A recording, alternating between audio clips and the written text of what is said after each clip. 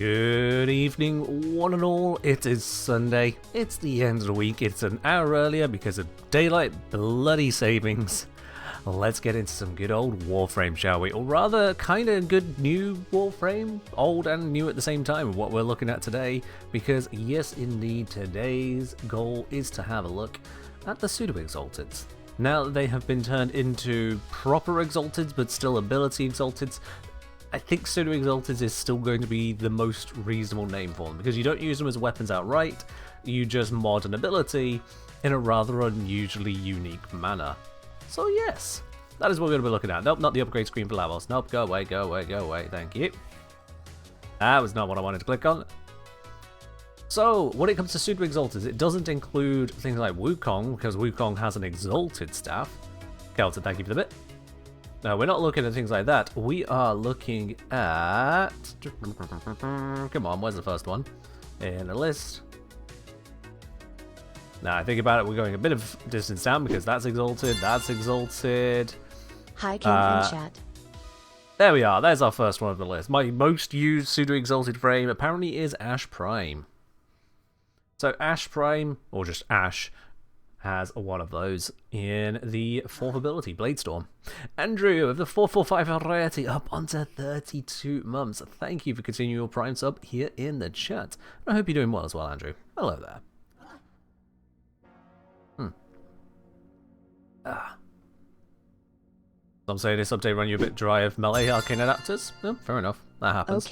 Okay. So oh, like, here we go. Okay. Haha, okay. So two guys walk into a bar, right? One of them, ha ha ha, one of them says, get this. One of them says ouch. Hee hee, so like, yeah. She just took the kids, man. Esprit, thank you very much for the resubscription there at 41 months. Up to 41 months now. Much appreciated on that. Everything else that came after that, yeah, okay. Alright.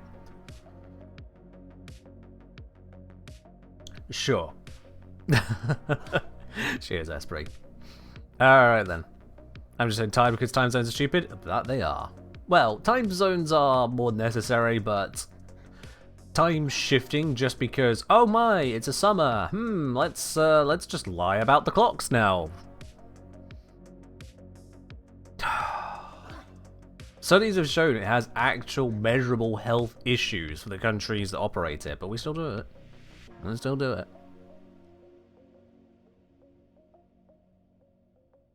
Judge Dredge saying, quick update from the other day, stuck down to that magical mystery box and opened it. Turned out to be a Drake, some other stuff, so just sold it where it lay and stuck back. Oh, fair enough.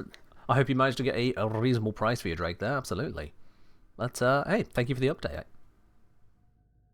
Time zones are necessary, DST is stupid. Correct, yeah.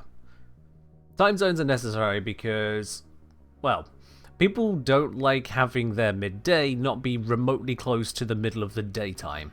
It just gets a little silly. So having a local time, absolutely fine. Having bands of local time, so you don't have the city I live in be 5 minutes different to the city next to it, also sensible. But it doesn't need to share the same time as, say, China. But when it comes to daylight saving, no. Its sole purpose, if I understand, was originally introduced in order to reduce energy consumption during the war.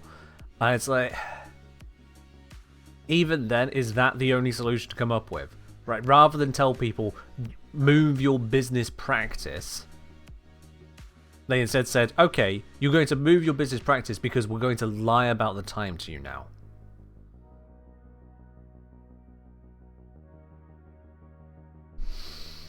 How was that the solution that was picked? How was that the solution?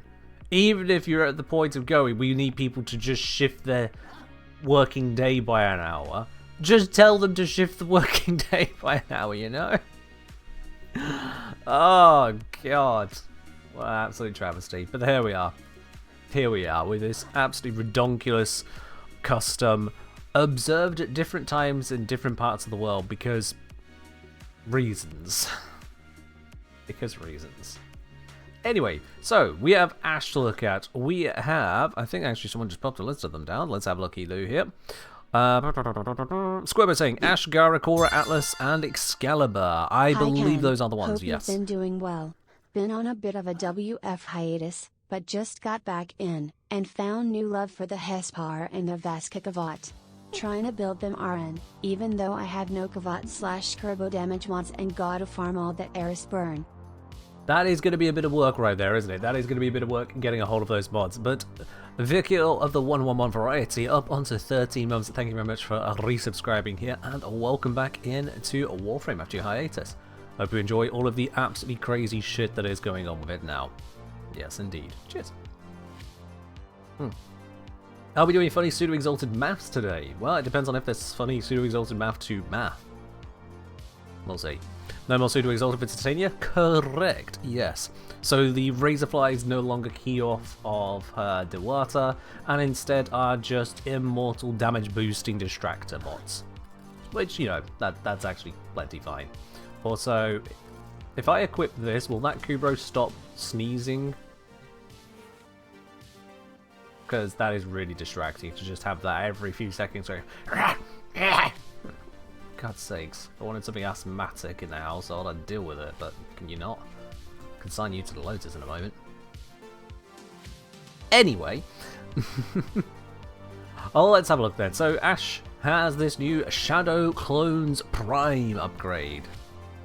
Shadow Clones Prime. It comes with the extra 10 capacity straight out of the stance mod there, because they used to, you know, not give Exalted a capacity boost, so now that is. Which just gives parity to the melee weapons that you used to be using with anyway. Medieval Fox with a Hydrate. Cheers. This tea is apparently not going to survive the hour. Now, in terms of modding this, basically my understanding is I should be able to copy over the modding that I had on my previous stat stick. Also, you want some purple? Let's get some purple up in here for you. Purple time. I should be able to just carry it over from the previous weapon I was using for Ash. And I think for Ash, my go-to was the Inodem. Now, there are some losses, because the Inodem is indeed a incarnate weapon, so some of these perks are no longer going to be able to apply. So we're no longer going to have the finisher damage, we're no longer going to have the attack speed bonus. So those are some losses, but they're not the biggest of losses. When it comes to incarnate buffs, the Inodem ones are relatively minor. I am going to bring up real quickly the PC update notes for this particular update for Tekra Encore. And just remind myself of the changes they made to Ash as a result of all of this as well. Here we go. God, it's got every word that contains Ash, including crash. Well, let's see here. I'll just have to skip through. Crash, crash, crash, crash, crash, crash, crash, crash, crash, crash, crash. There we are. Ash stuff. Yeah. More details in the Ash Changes section. Yeah. Let's go to Ash. So, Ash Changes, Blade Storm, comes with pre-installed Oracle and Catalyst, on 2 minute polarities, we've just seen that. Shadow Clones are considered a dagger, has a base crit chance of 5%, crit multiplier 1.2, stage chance of 5%. All three of those stats are absolutely abysmal, so we're not going to work with those in the slightest. Shadow Clone damage has been reduced a bit. Shadow Clones has attack speed of 1. Mark targets with increased radius. Yeah. Looks like nothing's fundamentally changed to how we want to mod this. That's good. That actually saves me a lot of time and hassle. So I can just go into here. I can go to Blade Storm and I can just try and copy all of this lot down. Don't know if Prime Smite is going to have the same impact now, because as much as the like, oh yeah, those are the changes, that's it. It was a little bit more than that. So the way that Ash worked previously is that there was the ability finisher and there was the shadow finisher. And I don't currently know if that's changed or not. So we're going to have to test this bit by bit. You can't see the buck teeth smile on Ash Prime's helmet. Sure. Alright, so for simplicity's sake, I am just going to grab myself a snip of that. Slide that over to the other screen. Head on over to this. So, I had on there prime pressure point. I had a covert lethality. I had a primed smite of Grenier. Probably better that way around. I had a finishing touch. I had a spoiled strike. I had a fever strike. A molten impact. And I'm running out of capacity to equip the last bit, which was a north wind. Okay, more elemental mod, it's fine. It's fine, I don't have to worry myself too much with that. But that is a nice chunky looking damage number. That is a chunky looking damage number to get started with, oh yes. Would it be worth it to run Arcane Avenger and Arcane Crepuscular to buff the crit stats in this thing? Whilst I can certainly see the value you're going for there, Silver, if it still works the way it used to before, which is where the majority of damage comes from being an actual finisher, finisher damage multipliers are additive to critical damage multipliers, and therefore you're not getting anywhere near as much as you might hope to get, because, well, at that point you're not getting a multiplier, you're getting an addition. So we'll see how it actually works, see if DE have just changed the fundamentals, and let's face it, they are very good at changing the fundamentals and not actually mentioning that they did so. So we'll see how it all comes together, won't we? So I think the permanent initial combo and finish Arcane may have value. On release, I don't think it actually interacted with it, but it might do now. But that comes down to a matter of if we need that value, because given the combo duration can be buffed through various means already, let me just check real quickly. If I go... Yeah, let's just use a test build. If I add on dexterity there, does that improve it here? Yes, it does. Good, so that does carry over. So when you can already do things like that, having an infinite initial combo doesn't seem anywhere near as necessary to me. But we can test how all these different bits and pieces come together. This is just mostly what the build was previously. We're missing one elemental mod, but otherwise that's what it was. And we can use that as a baseline to try and see if we can get more or less with an alternative setup. As you said, biggest inquiry is, does Arcane Blade Charger work with some of these Exalted since they're treated like melees? I mean, they are and they aren't treated like melees because they are stapling different systems together, so we're going to have to see how that actually works out.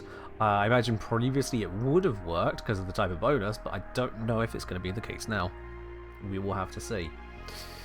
Lots and lots of little details to test on this one, bit by bit. But first, I want to see, does this hit like a truck, or does it tickle? Just using the setup as I can get it there. We're missing out on a little bit of a cold bonus. It's nothing too big to worry about. Let's see what happens first. Yo! I can resub tomorrow, but UP. 4 more months till I hit to full pot. Absolutely, you're on your way there, BiteBitson. You're on your way there. 2/3 of the way, in fact. Thank you very much for continuing your Prime support here on the channel. Yes, indeed. Alrighty, let's pop ourselves into a good old simulacrum. Hello there, Raptor. We have another. It's resub day. It is indeed resub day for you as well. Would you look at that? 40 months. We've had some big numbers coming out today. Raptor, thank you very much for the 40-a-month resub. Big 40. Much appreciated. Cheers. Cheers again. Alright. Let's grab some level 200 Elite Lancers. Just start with some basic ass unit like that and see what happens. If I just go wee right across them. Well, they're taking the stabs and they are beginning to perish. Is it me, or did I see a little bit of something different in the details there? Also, interesting. Interesting. Look at that. Secondary dexterity has triggered on all 5 of them. Ooh. I did not expect that. I did not expect that. So the significance there, let me just max out my corrosive bonus. The significance there is that that can make it a very simple way for maintaining that kind of damage boost, I don't think that would apply to, really. Oh, those are some chonky numbers. Hold up. Hold up. Hang on. I'm seeing a detail there that I feel uncomfortable about. Let me remove some of my conditional bonuses. Not from any of them. That was the old way, Ken. That was the old way. Let me remove some of these features real quick. So let's take off melee exposure because that one is a conditional. And let's go into the latum and remove the dexterity so I don't have to wait for that to time out all the time. Let's once again paint the group. 1/proc, 1/proc, 1/proc, 1/proc, 1/proc. Yep. Okay, so they're all taking 1/proc. And that is already different from how it was in the past. Very, very different. But, you know what? The easiest way to do this is actually to back record what the hell just happened there. Back record? Hello? Okay, it's turned off. Well, that's poop. The easiest way is actually to just re-record that. It's like a whole new thing. Yep, here we go. So, let's just add a recording. Start that. Sweep across. Let it go through. Stabby, stabby. Bigger stabby, stabbies. Stabby, stabby. Okay then, we had a gas proc over here. End of that recording. I want to go back through and see what the hell just happened there. Because there is something consistently happening of particular note, and I want to see it frame by frame to make sure I understand what's going on. So to do this, we're going to open up my video editing software. Good old DaVinci Resolve. It does work quite nicely.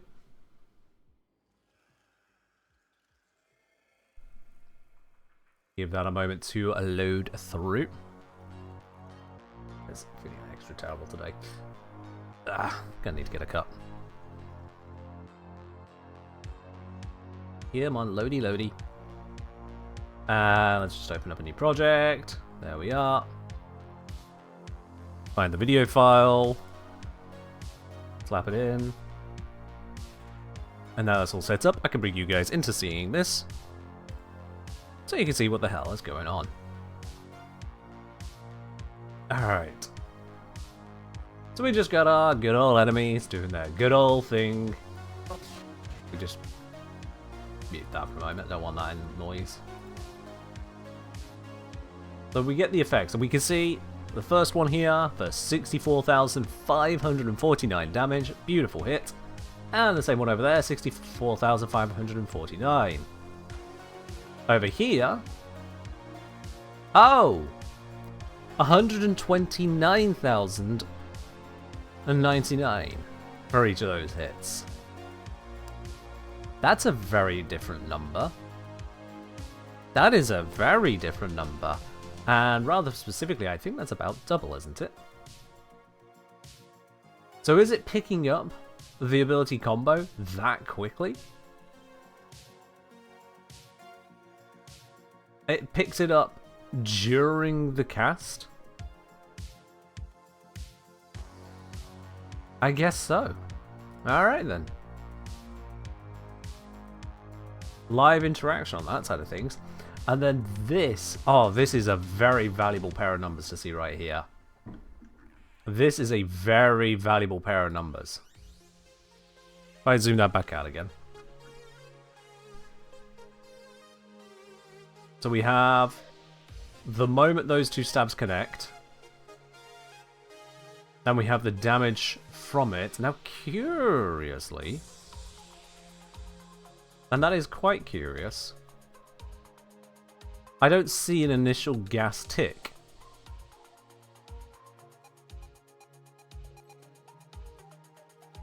I don't see an initial gas tick. What I see here is two lots of 69k damage, but also a 518,138 over here. And that, the 269s, I imagine are from a slash, just like these 844s are. Yeah, because they are straight up double. This is the only unique one. We have the gas proc on this target, but instead it's hitting the other ones. Did this one just never get hit by his own gas? I don't think he did. Well, that's a little unusual. Okay.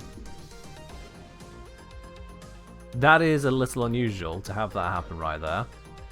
This guy has the same hit points as this guy. They both took the same hits. This one has no visible gas tick on him, but the ones either side of him do end up taking that tick. And this one doesn't even take the tick until a moment later. I think he is... Is he staggered just into range? Is that what happened here? Surely... No, wait, no, hang on. Wait, what is that? The gas hits. It hits this one over here for 7964. Doesn't hit this one. Then we get a 5138 over here, and then we get the follow-up 5138 over there. What?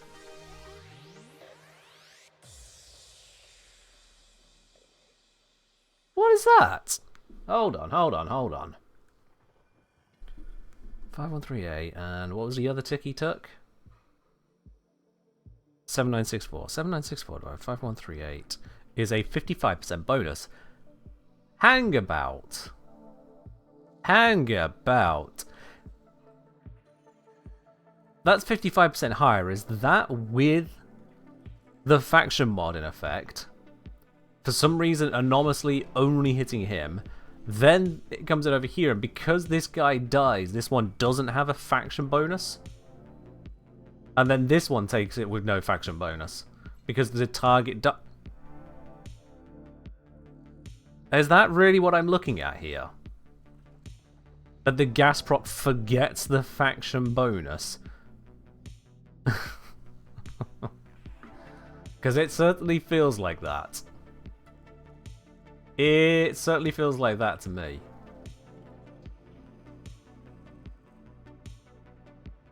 Alright. So already a little bit of shenanigans going on. Next thing I want to kind of put together is the actual damage numbers we're getting here. So I cast across them, and with no combo bonus, we're seeing 2 lots of 64, 5, 4, 9 happening. Okay. Are these corrupted heavy gunners or grenadier? Well, they're definitely not corrupted heavy gunners. These are elite lancers, right?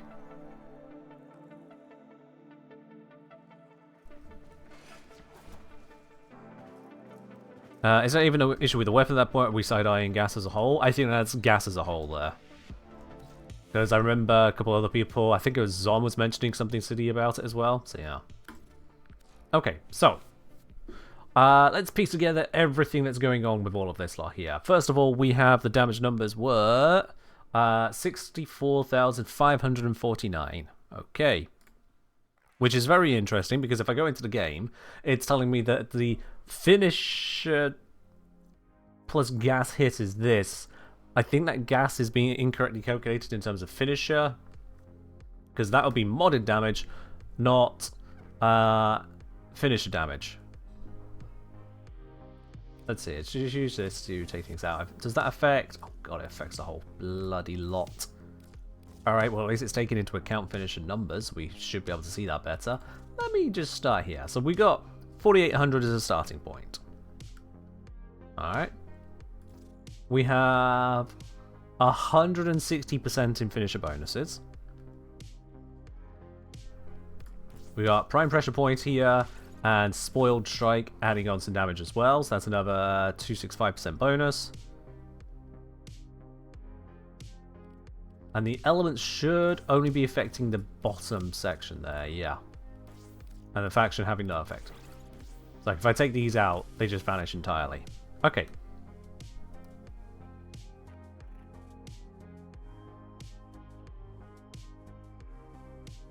I don't like the numbers I'm getting. I don't like the numbers I'm getting. Hold up, hold up, hold up, hold up, hold up, hold up. Okay. With the finisher bonuses alone, the finisher portion says 12,480. If I add 100%, I'm expecting that to double. So that'd be 24,960. It doesn't.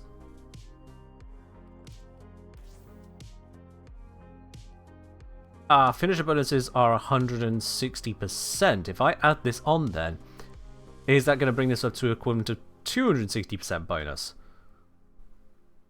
4800 times 2.6. It's 12 for 80, that's what I'm seeing. So 3.6 would be 17,280. But we also don't get that.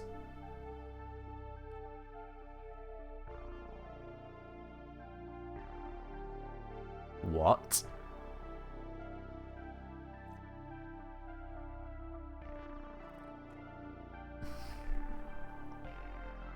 So what bonus are we getting here then? If I go from 12,480 to 2280, that is an increase of 62.5%.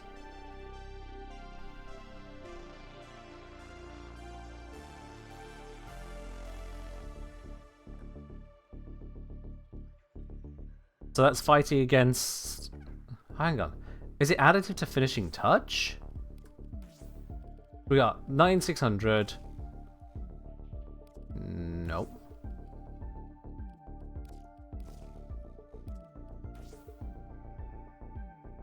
This is the first pseudo exalt I'm taking out. Yes, Petra. Anything on companion? Yeah, let's put these mods back on real quick and let's just remove the companion. Just on the off chance it's having any effect whatsoever. It shouldn't. Madura might also be having an effect, but there's only so much I can remove here. Maybe it's picking up incorrect math from Inadem. Let's actually get rid of Inadem. 33,150 when I have Inadem equipped.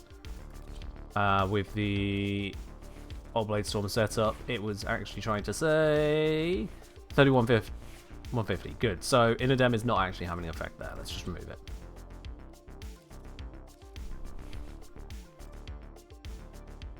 Okay, what's going on here? If I take... Yeah, let's rebuild this bit by bit over here. So, first things first, we're at 4,800. Finisher damage is what it says. If I add finisher mods, like Covert Lethality should double it. 9,600. Yes. Good. Finishing touch. 4,800 plus that. Should bring us to 7,680. It does. Good. Okay. And let's try Prime Pressure Point. This should bring us to 12,720. Oh.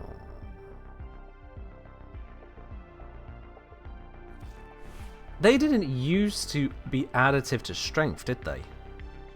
No, it didn't used to be additive to strength because it was previously affecting the special Shadow Finisher weapon, not the ability damage itself. But now it's all one thing, and it is using that mathematics there. So we've got a 200% strength bonus, and that's what's coming in, isn't it? So if I do this again, we're at 4,800 with a 200% strength bonus. If I divide that by 2 and then times it by 3.65, I'm expecting now 8760. I get 9750. Where is this number coming from? No, hang about. That's not right either. Okay, let's try this again. What actual difference am I getting here? 9750 over 4,800. That is an increase of 103.125%. What is that number?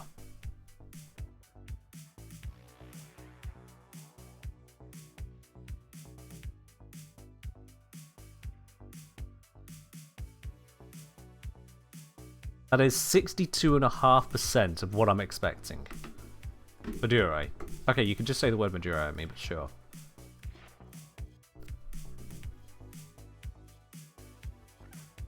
So are we expecting it's that?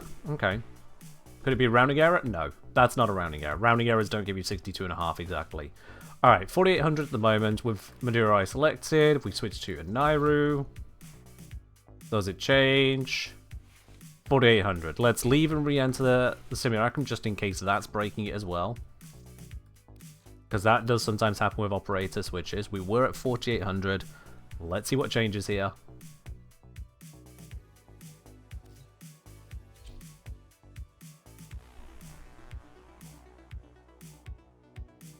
I didn't expect this one to be so weird on getting started, but here we are. still 4800. So it's not Maduro, and we're not even on Maduro now. So it's not that. Back to shadow cloning. So prime pressure. Let's go over 100% mod just to make my life a little easier here. 100. There we go. Spoiled strike. 4800 becomes 7800. That is definitely not plus 100%. We are gaining 3,000. 3,000 on the damage there. And that's what it says Bladestorm's damage is. Wait, what? Hang on, if that's what... Then where's the other 1,600... sorry, 1,800 coming from?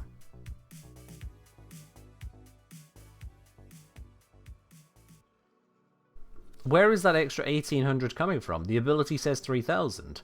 And we're getting a bonus of 3,000 with a plus 100%. Where is the rest of that coming from? Modding on Ash or stance bonus? Well, it's not modding on Ash, because I'm just pointing out the ability right there. Unless it is a steel charge. Sake, that's what it is.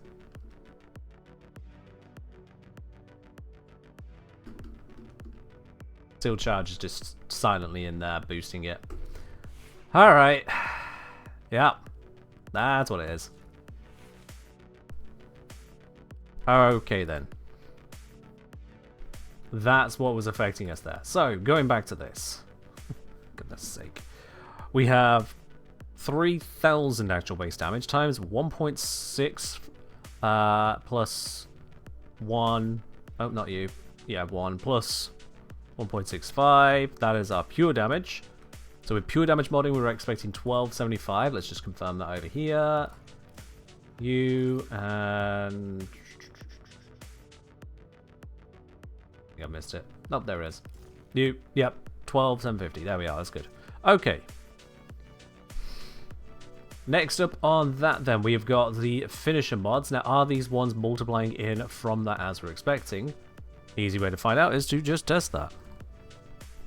We go from 12,750 to 25,500. That is exactly double. Brilliant. Okay, so finisher mods aren't actually adding to the pure damage. It was just a hidden aura.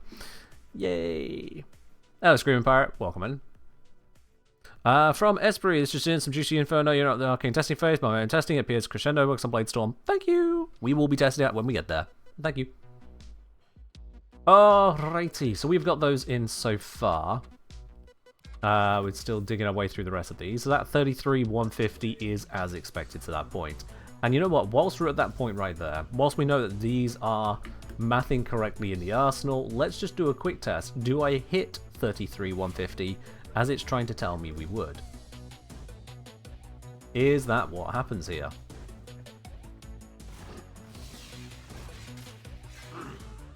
$33,150. Good. Good. All right then. That works as expected. Very good. So we've got 33,150. Let's bring in an element mod. Let's bring in the Prime Fever Strike of 165%, which it says here would add on Toxin of 54,697.5.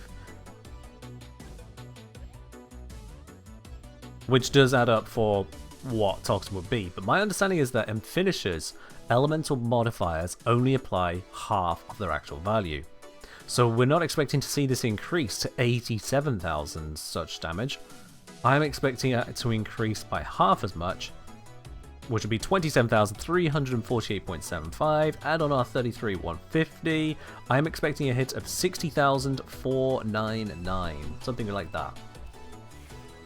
60,499. We actually get... I do wonder... 38,537. Can we just get a repeat on that? Was that 38,537? Oh dear. Oh dear. Same with Lavos half elemental damage bug? No, I don't know what bug you're on about there, Salvatore. Lavos doesn't have any kind of half damage bug. Not to my knowledge, so I have no idea what you're on about. Okay, in replying to that, I forgot what number I just saw. Let me try that again.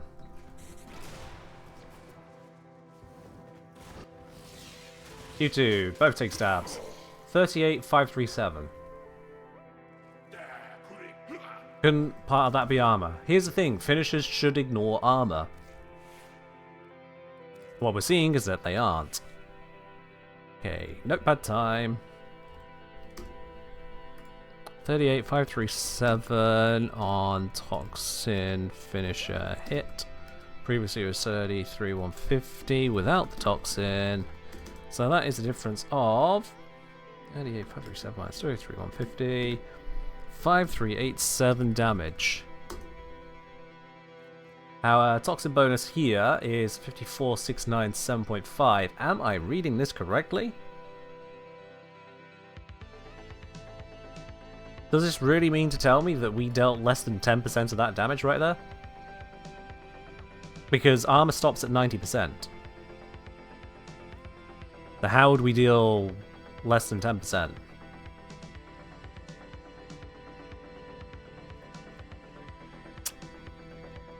That is a spicy meatball. Okay. 6 months and going. Mantis, thank you very much for the 6-month resub, up on tier 2 no less there. Thank you very much for the continued support on the channel. Much appreciated, Mantis, and I hope you're doing well. Cheers indeed. Ridiculous say, are they resistant? Just arriving. Toxin shows its effects, resistances, and vulnerabilities right there. Its only effect is to have a bonus against armor, so no, it's not that. Elemental matchup, yeah, again, it's not that. Elemental matchups made much simpler in the semi-recent update overhaul to that side of things. So all of y'all who are worried about elemental matchups, most of the time it doesn't actually apply anymore. Yo, Mantis! Thank you very much for the 10 gifted subs out to community as well. It's gone out to Voxerto, or Voxerto, something like that. Scroll of Wisdom to Mlope, is that? I think that's Mlope. 27 to you, Frank the Beast 04 to Chili X to you. Grande QL0, I'm really struggling with some of these names today. To Komatari64, to Mr. Bobbert627, to WB Group, and to Mega Boss Ball. Mantis, thank you very, very much for the gifted subs there. Much appreciated. Cheers. Anyone who got one there, make sure you say thanks for that.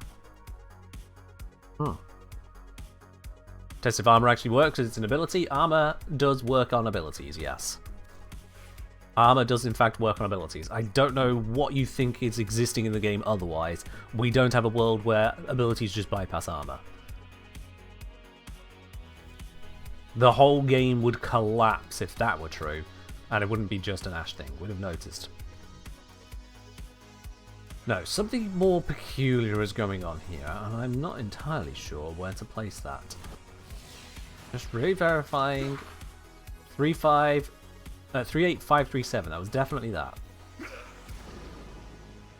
Wow, that is quite off-angle marking, but sure, why not. 38537, yeah. It is definitely that. So 38537 minus the 33150 it was without the Toxin mod. Just re-verifying that as well, you never know.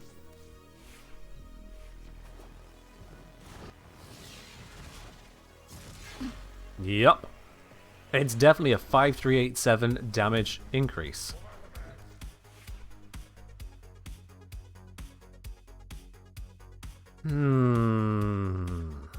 Okay.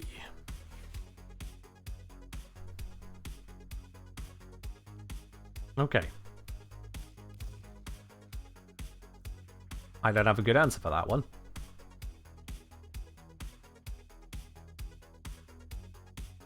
And we're not even looking at Crescendo at the moment, Salvatore. Don't even slightly worry about it. If you think you know something about how it works, unless you physically tested it yourself right now, please hold those thoughts back whilst I'm testing this. I can't just ignore your comments. They pop up on my screen, and I can't know which one's going to be speculative until I've read it. So please spare me the anguish. If you don't know what the hell you're talking about at the moment, just let me get to it. I'll get there. Alright. So what the hell is actually happening here, DE? We're adding 54,697.5 damage to the weapon, supposedly. Is seeing 5,387 damage extra instead. The closest, simplest answer I can imagine is maybe that is 90% damage reduction. We're just running into damage quantization.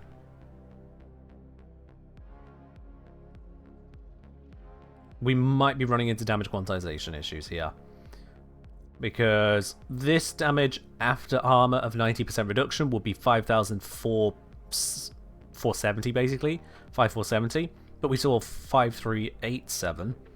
And that is pretty close. That is within a couple percent. So yeah. That might just be damage quantization. That's against a different enemy? Sure, why not? Why not? Let's grab a mix of different things. We can grab ourselves I think what was the one that was weak to toxin? Because that's the one I want to avoid. I think it was Nama. So we'll just avoid Nama. So let's grab ourselves a shuffling fragment. Let's grab ourselves a... don't want a shielded enemy because that does get weird with things. Let's grab ourselves a charger. There we go. And let's grab ourselves a corrupted bombard. Why not? So all three of these should be fine. Scroll was saying, our idea is welcome. My idea is that the finisher bonus is applied to toxin on the sheet, but not in practice. You know what, I'll cover that in a moment, but that doesn't sound even remotely likely, given the sheer amount of damage difference. Party Osprey, shielded. Alright, you there. How much damage do you take? 87,019. Sorry, let me just process that one real quickly. 87,019.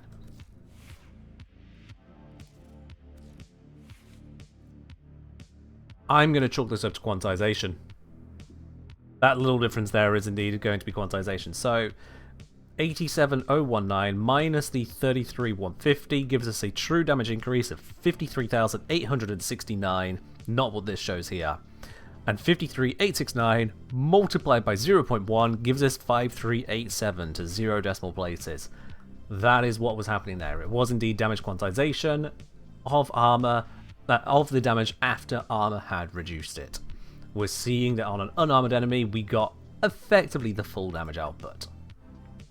This is good. This is all good information. Now, I can't remember off the top of my head from the Ash stuff previously if the shadow finishers were treated as just finishers which then procced slash, or if they were attacks with finisher damage and elemental damage that procced slash. It's I'm fairly certain it was treating the whole lot as a proper finisher, whereas this is not. This is not. This damage right here is not bypassing armor, and that's a big damn deal because finishers do bypass armor. Finishers do bypass armor, so that is pretty significant. Okay. Next question I have then is the slash proc that comes out of it. What slash proc do we actually see? I don't know if this charger is going to survive this, but let's try. Oh, it did. 14,503. Very good, thank you. 14,503. Now let's have the same against an Elite Lancer. One of you right there, thank you very much. 14,503 on the charger. What do we get against you? That's a corrupted bombard, but we'll hit it anyway. 14,503, very good. And against you, we get 14,503. That is nice and consistent. That is nice and consistent. So, now with that 14,503, if I take the element off, is it still 14,503? By normal logic, if element is being applied as element, it shouldn't add to the slash proc, because elements don't add to slash proc. So does that 14,503 still happen? 14,503. Okay. We're learning. We're learning what does and doesn't work here, and what apparently doesn't work is my brain. Alright then. So the slash procs don't want to have those elemental bonuses, but still the direct damage does. I think that might have been actually how it was before. I was using the direct finishers to try and one-shot enemies because the slash procs were harder to boost. That's good, I think. Let's verify with the smite if that does do what we want it to. So 14503, add in the smite, let's see what we get. We still have Elite Lancer, he's about to die, so let's just get a new one. Now he's over this side, sure, why not? 14503 before becomes 34844, which is an increase of about 140% if I square root that. 55% bonus. Yep. So that is taking a faction mod, applying it to the bonus for the hit, and then applying it a second time for the status proc damage. Very nice. Faction mod is powerful. Okay. Peeling off the layers here is how this all comes together. We're getting through it bit by bit. It's still curious to me that the elemental bonus is boosted by finisher damage bonuses. Hence you see here we got 54k, but if I take off one of these finisher mods, it drops down to 42k.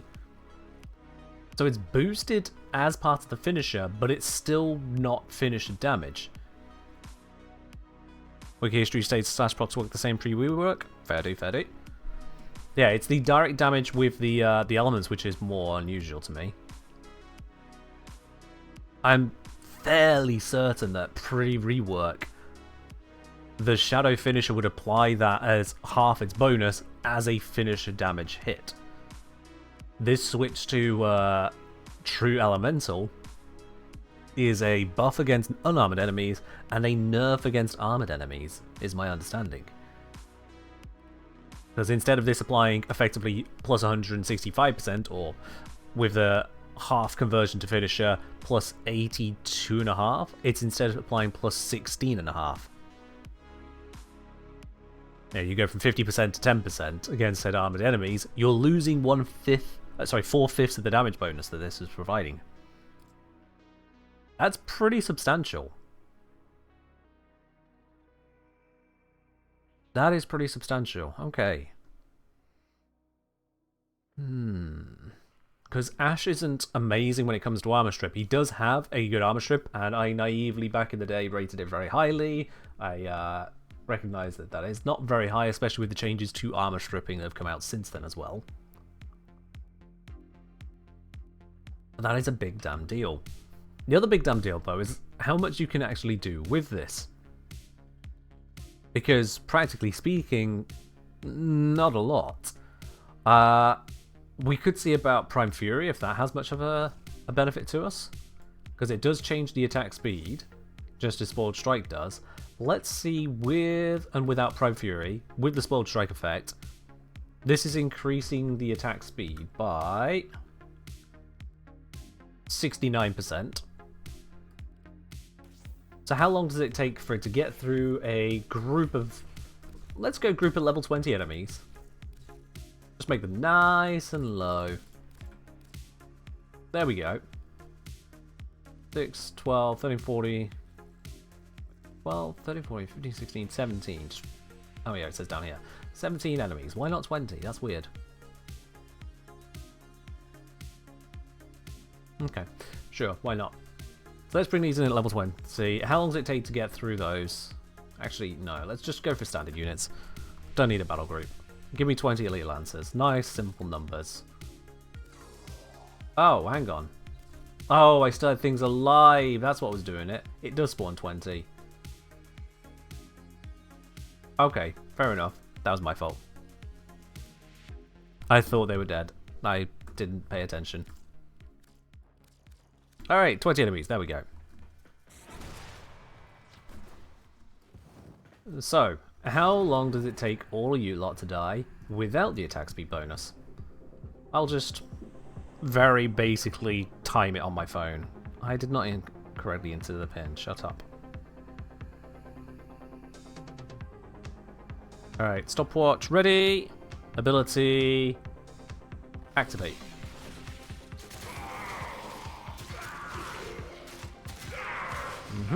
Just going through them bit by bit. I've gone invisible because of my arcane. No one cares about that. Damage continues to climb. Very nice. There we are. Full kill. 17.63 seconds. Very nice. So previously, attack speed bonuses had a very limited effect, which is why I was using Spoiled Strike and nothing else. Well, let's see what happens now. Prime Fury, there you are.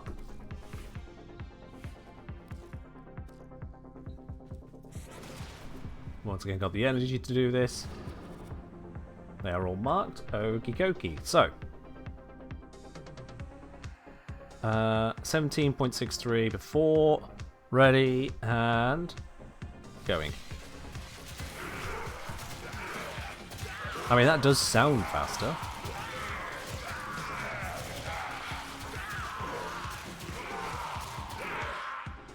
$11.67. That is a lot faster.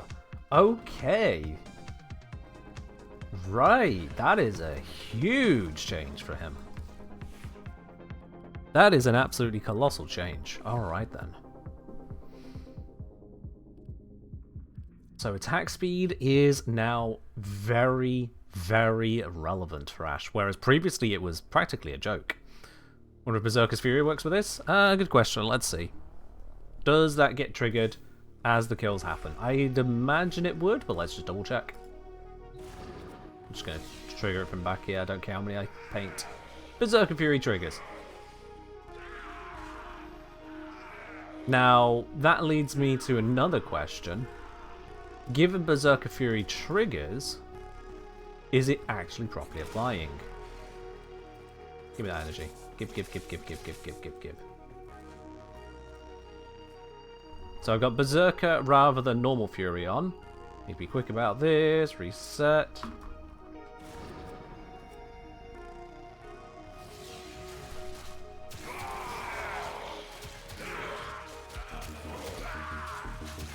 Oh, I was looking at a different boost. My bad.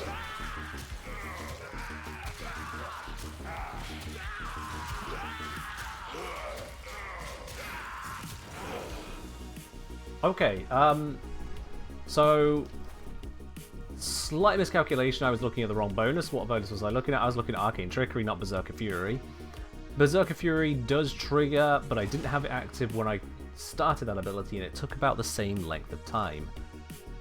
So the new question is, if I trigger off a couple enemies and then kill the rest, will it be faster? Let's see here. I didn't really want 3, but 3 will have to do.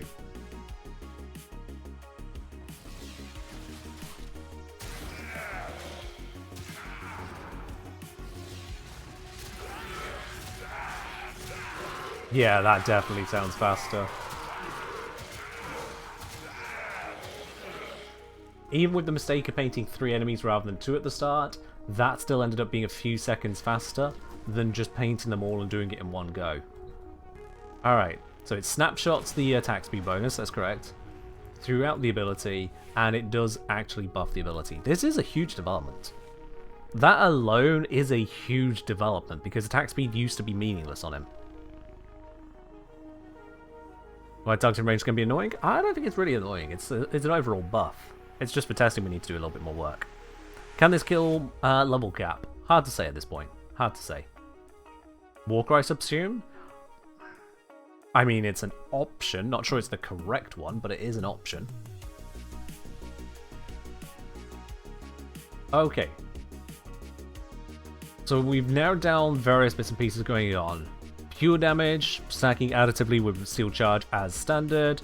Finish damage is multiplying in with all of that lot. It comes with a finisher stat. All of that lot is buffing the direct damage from Prime Fever Strike, but this isn't actually finisher damage. And as a result is massively reduced by armor, but is stronger against unarmored foes than it was before. Because finisher applies a 50% reduction to elemental mods. And then the status effects that come off of it as well are, you know, usual status effect kind of mumbo jumbo stuff. How about playing into combo, such as with Relentless Combination? So that's not a concern right now, Ray. You're talking about this here, which is gives us more combo. Cute. Whilst, yes, that does work, you can generate more combo. That is absolutely irrelevant to finding out what damage we can actually get out of Shadow Clones. You're thinking of a finished build? We're at the testing stage, not the building stage. I only have what looks like most of the build because I copied it over from the pre-existing one as a baseline. So, from here then, next question is how relevant crits may actually be to this. Seeing as we're already dealing with a not quite finisher, that changes the potential math when it comes to critical hits. As I said earlier, critical hits are supposed to be additive to the finisher bonus or stealth damage bonus, but if that's not going to apply in the same way, we may have something else we can work with there. So let's see about just making a critical hit happen. Got nothing to say other than 10 months. Whoop. Ductile, thank you very much for a resubscriber there, up onto 10 months. Whoop indeed, much appreciated. Thank you very much for your support. Okay, let's have a look then. Critical stuff right now. I could go for a Blood Rush approach and try and get this up manually that way. I could try and force in crits elsewhere. I could try and do it with Kavat. I'm going to stick to try and keeping it just on the modding for now so as not to bring in unusual external modifiers. Yeah, I'm definitely not going to go Subsume Raffle Advance right now, but if we see that crits can do something useful, we can look into it. So let's start with just Sacrificial Steel. Bring this up to 16%. That should be reliable enough that we'll get a hit eventually and can see the effect of the numbers. And let's go for Organ Shatter to make a substantially different hit, if it is indeed going to trigger. So 16% or so crit chance, 2.3 or so crit multiplier. What happens? Let's find out. I'm going to bring this down to just 5 Elite Lancers, just so I can paint them more carefully. And let's make them level 200, so we can see the effect of both hit and proc. There we go. 4800, as expected. 4800. And the slash proc is dealing 2100. Let me just that through, which is 43.75, which I think is the buff from Ash, because Ash improves slash proc damage. If I recall correctly, let me just verify. Actually, I should be able to verify in game.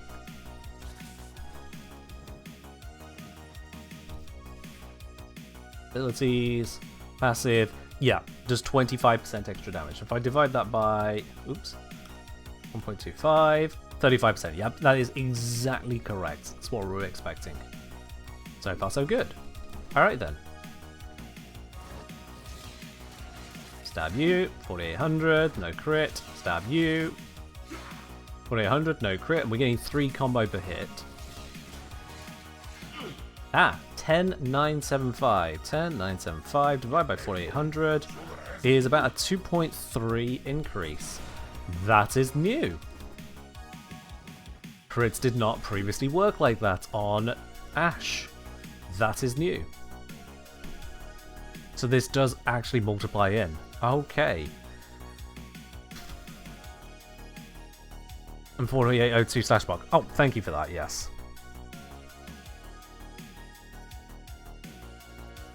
Let's see.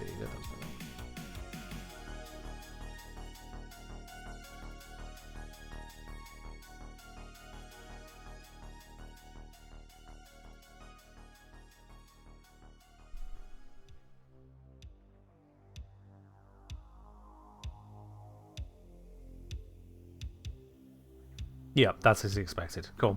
Just had to fiddle numbers around on that one. Okay. So this is already very, very different. The Toxin that used to be a direct damage focus, but as finisher damage, bypassing armor, but applying a 50% effectiveness to the mod, is now applying just a straight Toxin, which means also elemental selection is going to matter on Ash. Further as well as armor stripping. Further to that, we also have that the crit multiplier is actually properly critting it, multiplying up all of the damage. Let's do that again, but with stealth. Just to really verify this, because I've not been using that so far. And that might affect things. I hope it doesn't, but it might. 4,800 as expected. 2,100 as expected. Yep. Yep. Might be a moment before we land a crit.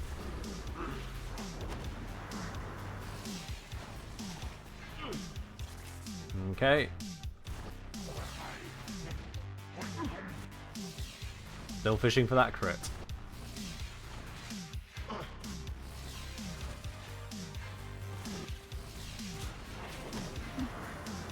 Okay, gonna let the combo run out.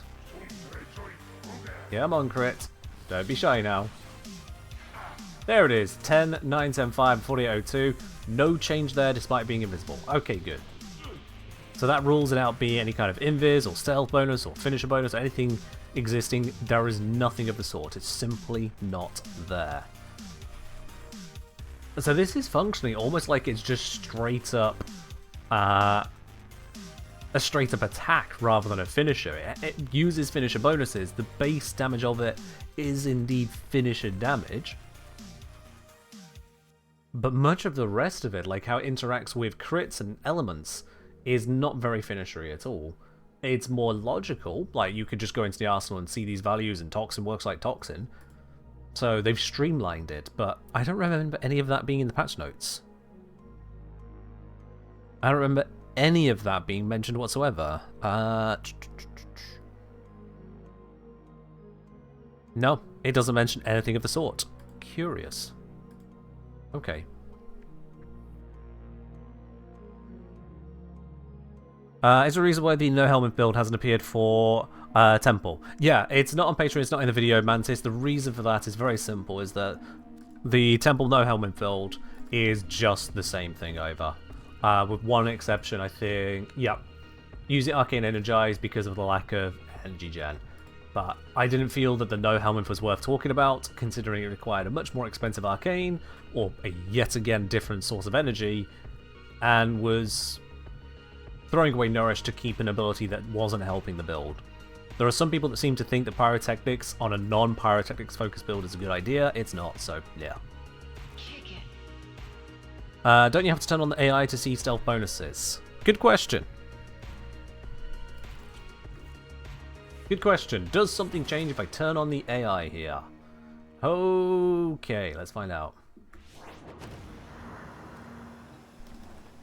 I haven't switched up the modding. This is probably still going to slap. Yeah. Did I even click the right thing there? They're not moving. I didn't. I just spawned enemies. Well, that's fine, because I didn't do the rest of it correctly anyway. Keep you on. It is this we wanted to change. There we go. We got our crit pseudo setup. Go in Viz. Unpause AI.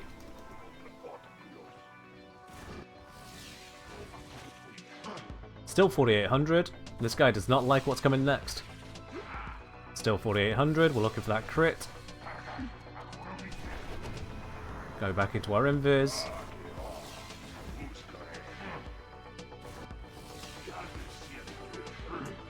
Ten, 9, 10, 5. Okay, yeah. So, despite being invisible and despite turning on the AI, no changes in the numbers there.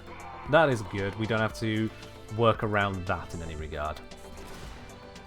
You think they're aware, though? Of course they're fucking aware of the guy stabbing, but it doesn't matter how aware or not they become. The functionality is going to be the same in mission. We've turned on the AI registered, things were happening, they had their guns up, there were no bonuses despite being invisible. By the way, being invisible applies a stealth bonus to melee. It's not unalerted, it's just being invisible does that. So yeah.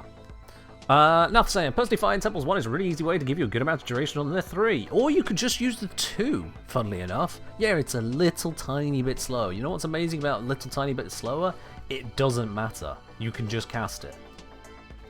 If you get used to using that, rather than relying on spamming a pointless ability, you'll see that you can remove the pointless ability for something just far better. That's why, again, I didn't dwell on the no helmet build. There was nothing to dwell on. It's just worse.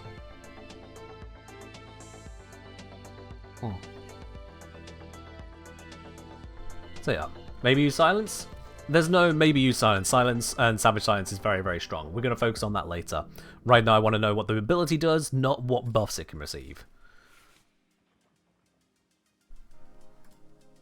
But you're very right. Savage Silence, when it's time, we can get around to that. If you're referring to Silence for just stunning the enemies there, stunning the enemies does not stop them from seeing things. Okay.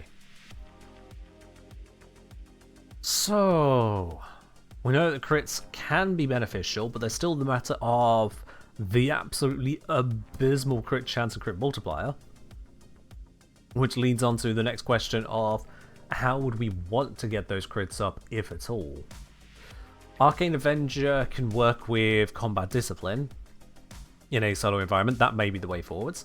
Kalevo, yeah, Raffle Advance is what you're looking for there. Yes, Raffle Advance could also be the one. In fact, Raffle Advance might be the one if it weren't for the fact that Savage Silence is also amazing. That's going to be a hard trade. Crepuscular? Okay. Are we just going to name things that have criticals somewhere in the description? Let's crit multiplier, not crit chance. Come on now. Yeah, good. Right then.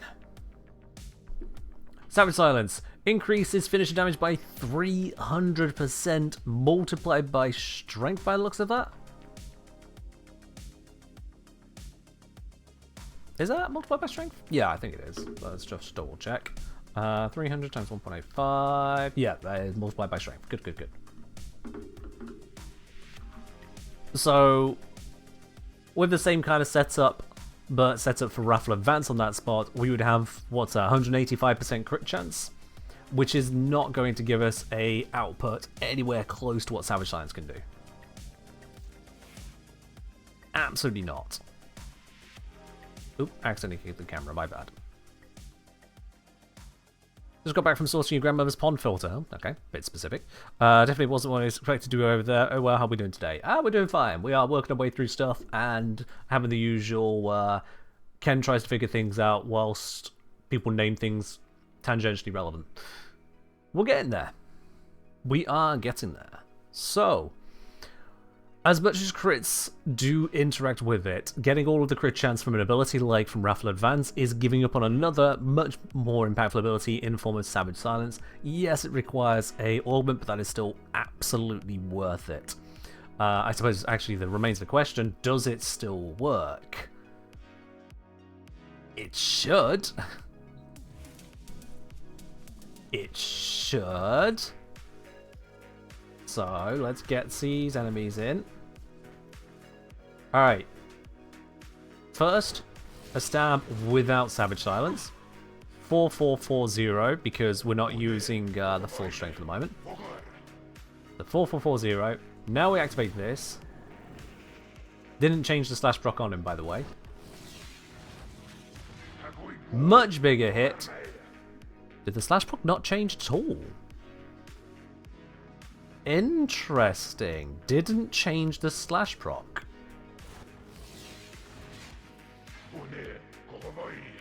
It is all in the direct hit. Now that one's a bigger slash proc because of the crit. So the crit can buff the slash proc, but the Savage Silence can't. That's, okay. Not what I expected to see.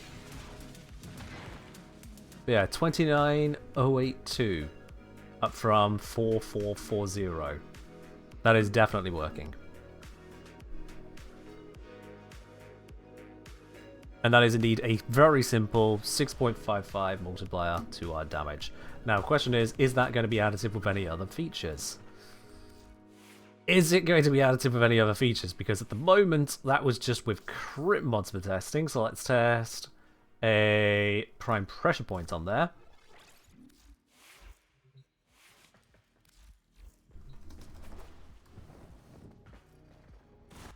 So without silence, 9k for a 3946. And then with that, 59k, 3946. Yep, that's as expected. Good. Alright then. Multiplicative with pure damage. That is good. Let's test the finisher bonus. Go with just simple finishing touch.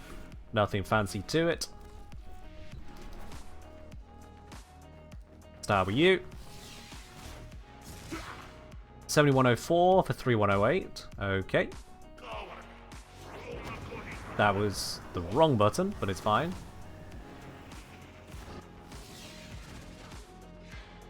$46, 531. As expected. Beautiful. Okay, multiplying with all of that lot. It's not additive to finishers, it's not additive to pure damage. Savage Silence is just giving us more.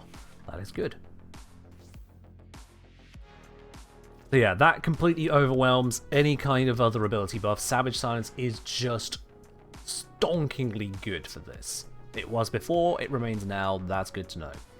So far the changes are how elemental damage is applied and attack speed is applied. Attack speed actually matters. Okay. I'll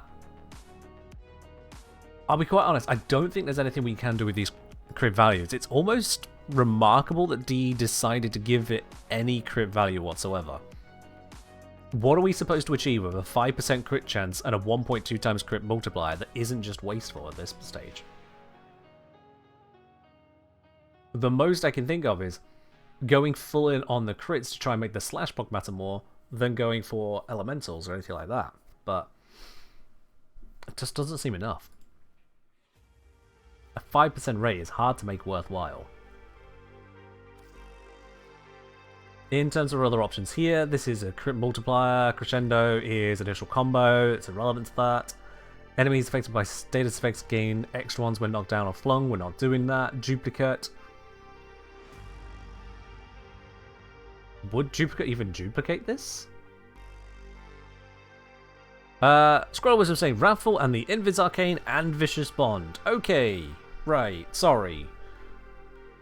What is it you're trying to achieve there, Scroll of Wisdom? And how is that better than Savage Silence applying hundreds of % multiplier? What is it you're trying to achieve? No Rimmons on Exalted? Correct. Melee Explosion is just going to be more elemental. This is an armor bonus. If you want to go Armor Ash, it's absolutely valid. Melee Influence.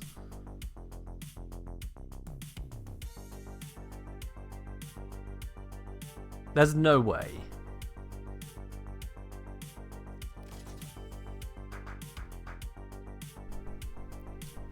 Alright, Wisdom. I'm aware of how things can be added, but if you don't have even this first idea as to if it's going to be worthwhile, listing off things that can interact isn't actually helpful. I appreciate you trying to contribute, but live up to your name on this one. Put some wisdom to it. I've already told you that Wrathful Advance cannot compete with Savage Silence. It doesn't matter if the crit chance goes from 5% to 205%. We still need a substantial critical multiplier to be better than a 6 times damage multiplier outright. And everything that you add in that is trying to add it somewhere else is taking up a spot that could have been something else. That's the difficulty on trying to make it work. 5% status influence is going to be a nightmare to proc? Yes. Yes, Dave! Yes, I'm aware that Crepuscular can give you some critical damage, yes. But now you're taking up an arcane for crit damage when it could have been something else as well. Again, opportunity cost. Break it down. Not just say things at me. Otherwise I will start ignoring you. And that is a broad you. This happens every single time I go through testing things. People are like, oh, I've had an idea. Is it a good idea? I don't know. You figure it out, Ken. Okay, no.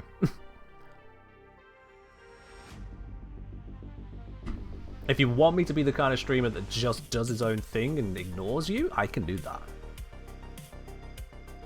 Well, let's see if there's any way to get this status worthwhile, because Melee Influence doesn't require you to always land the status, just enough to make it effective. I'm the engineer? I'm not an engineer.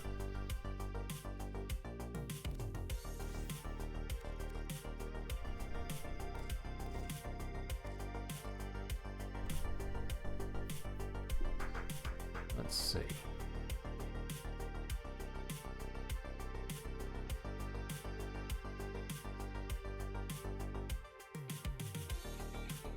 It'll be hard to overwhelm much of that there. Let's try that for the moment. It's not going to be much compared to Weeping Wounds, but it's a little more alternatively. that. Yeah. Let's see.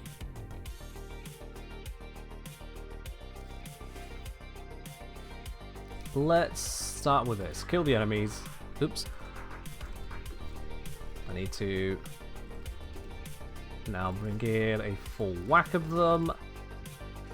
First question, can I get influence to proc off of these 20?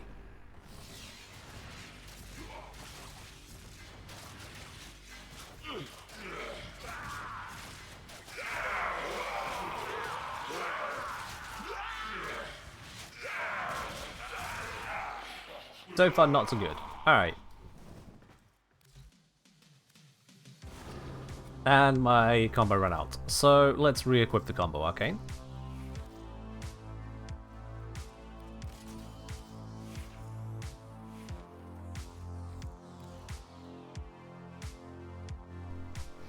Let's do that. Got a full group.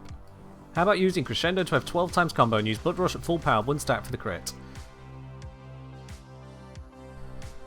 5.4 times 5. 27% crit chance, giving up an entire arcane slot to make it where you just always have combo that can be achieved by 20 billion other means. That sounds terrible.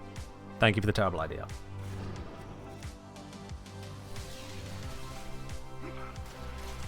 Alright, so let's start building up the Weeping Wound, see if we can get any capability here. I'm seeing some electric procs happening.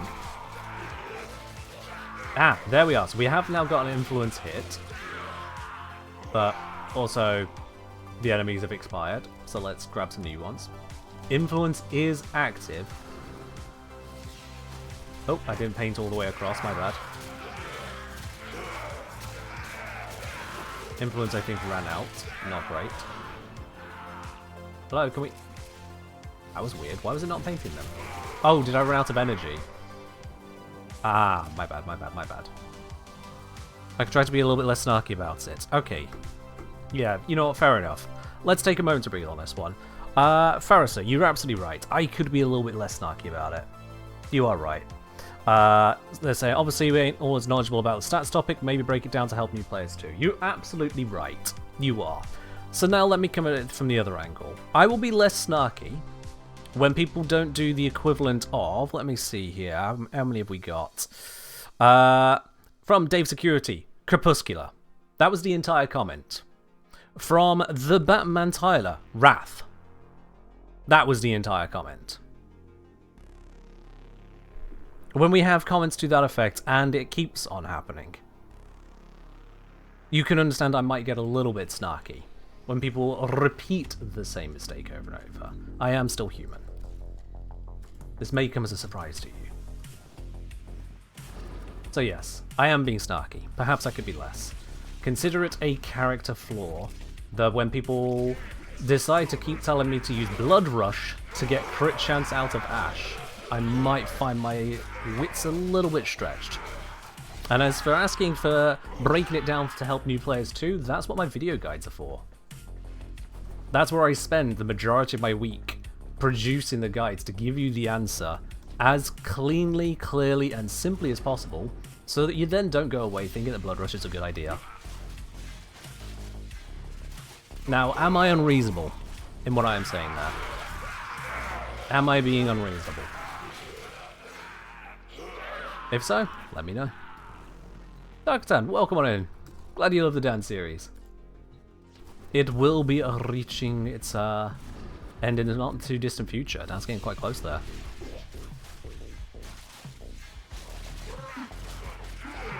Am I taking that long? It doesn't feel like I'm taking that long to get new enemies spawning. The combo keeps running out. What am I doing here?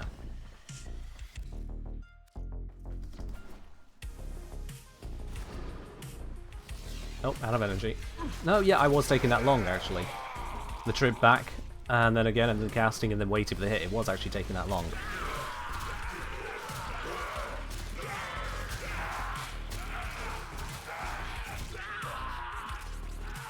Let's be as quick as possible. Might be worth putting Naramon on? Might be, yeah. But then I have to reset and rebuild the combo. So I'm just going to do it like this.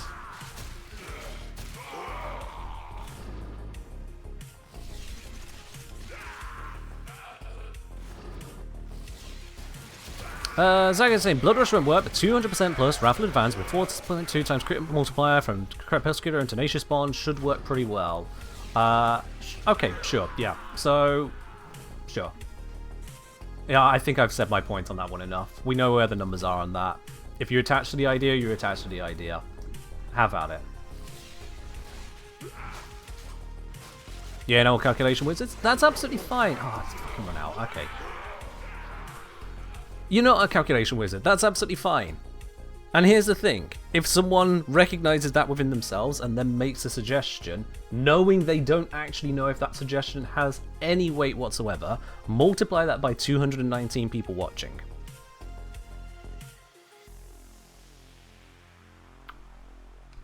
And remember that I can't ignore a single comment without ignoring the entire chat.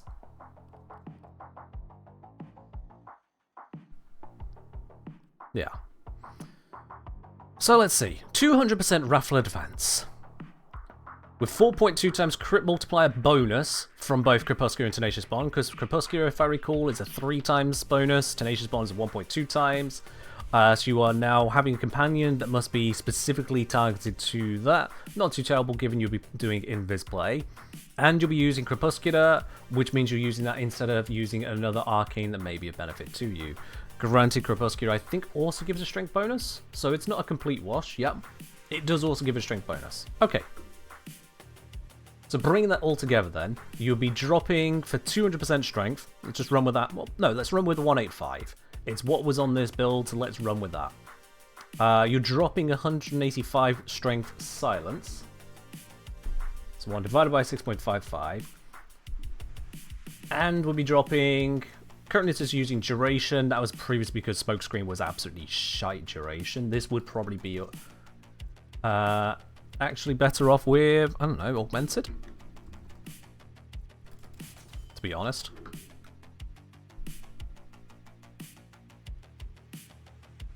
Now, if you're not running Savage Silence, you've got that slot open up for some extra strength as well.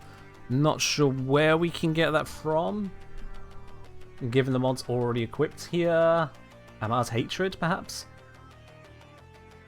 Okay, so if we go Crepuscular, Amar's Hatred, Wrathful, we would drop from 245 to 230? No. Yeah, 230. Let's do that. Okay. 5 times U.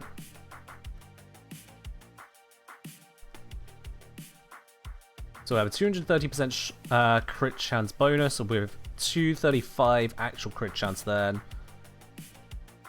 2.35 multiplied by using, again, it would be Crepuscular up there for the 3x damage.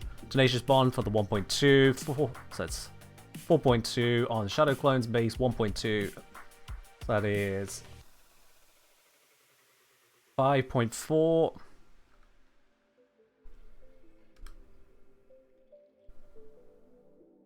And don't forget, Savage Science wasn't buffing /DOTs, but Crip will. Fair point. Bringing that all together, and I'm not taking into account that at the moment.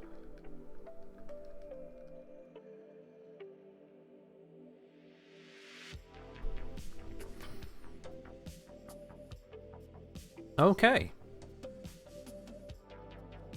With the inclusion of Tenacious Bond as well, then it reaches 34.4% more theoretically.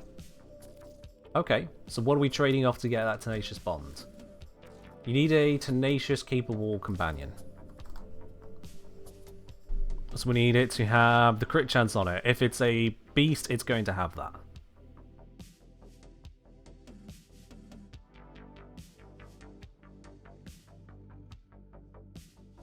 Did I not already have Org Secrets on there, Faye? I didn't. My bad. That's all Orga. But yeah, not that one. You're right. So that would actually be even closer still to the strength. Okay, this does seem to actually make it work out. When you include Tenacious into it, you get there.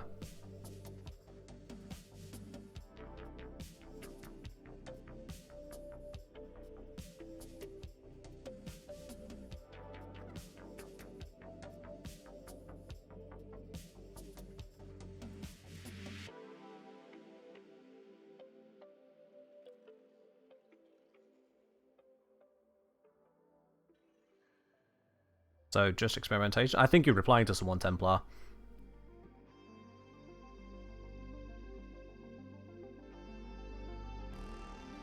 Cool. That's fine. Use reply function. Makes it a lot clearer. That should work on pretty much everything. Alright. No, Ray, no it's not. Because I'm not focusing on the slash procs right now. Someone pointed out that it would boost them. That's an extra, but it's not where my focus is right this second.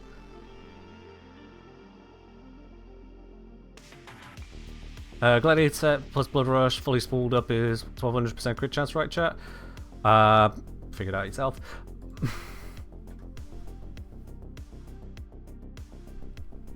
It's not what we're looking at, so I'll leave you to it. Let's see. Yeah, I didn't even finish the influence check, but I'll have to break that all down. I still want to see if influence has any potential on it before we dive into the rest of it. Not you.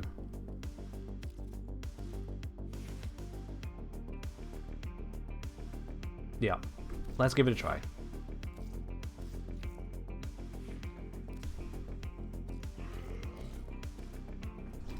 So, once again, gotta paint them all, wait for it to build up. There's some crits are abysmally low. I am aware of that!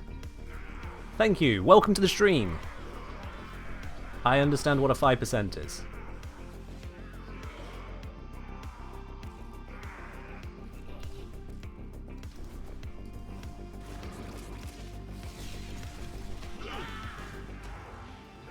Yep.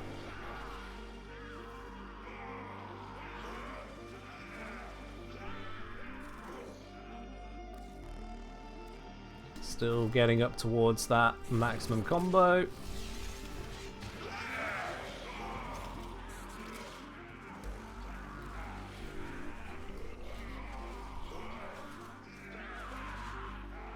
Nearly there.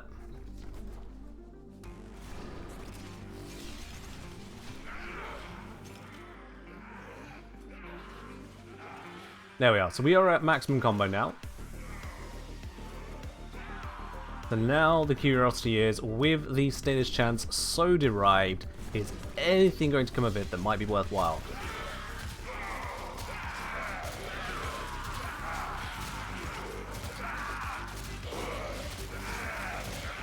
I saw multiple electric procs there,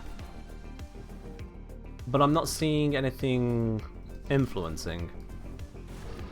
I'm hoping for just a little bit to maybe show some proof of concept, see if there's more to work into. Influence is active. Electric procs are happening and they're not spreading. No effect whatsoever. Zero effect. And that is far more important than trying to tell me 20 ways of getting status chance. If it doesn't work, it doesn't work.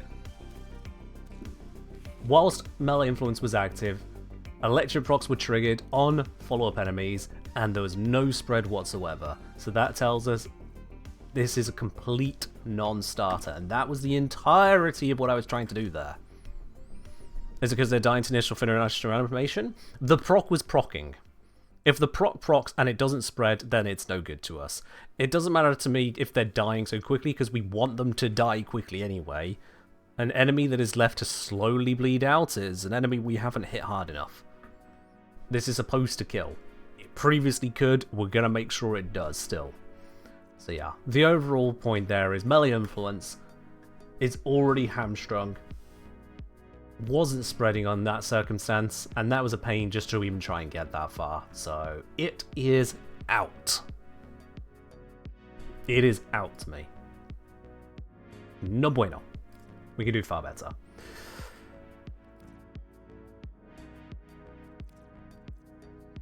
Overall then, Crescendo is a lean more than anything. It's like, hey, yeah, you can gain initial combo. If it even works, let's test that real quick. Take off you, take off you. We'll keep... Actually, no, I'm just going to take that off for the moment. Just use the guaranteed attack speed. Slap on Fever Strike, and that'll just hit some heavy damage.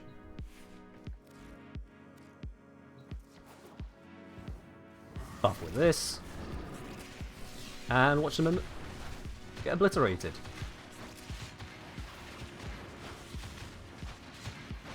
Well, we're up into millions of damage.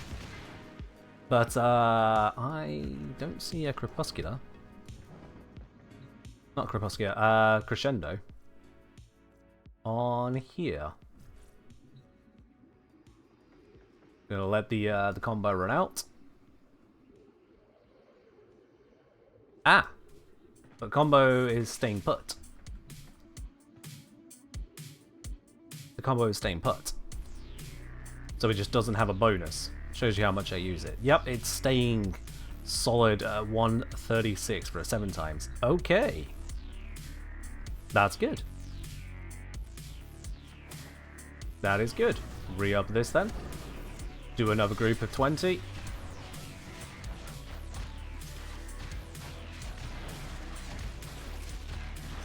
We are up into 3 million damage hits there, which is pretty darn spicy.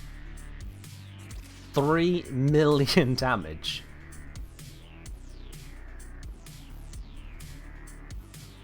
And we're staying now at full combo. Why did it disappear when you tried? Probably the same reason that it was disappearing when I had Covert Lethality equipped. Because some stupid bug, probably.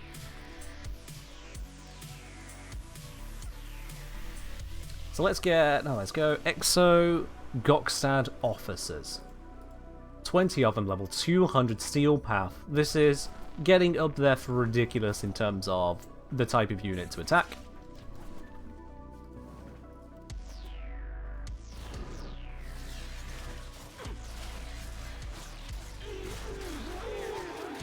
They are perishing.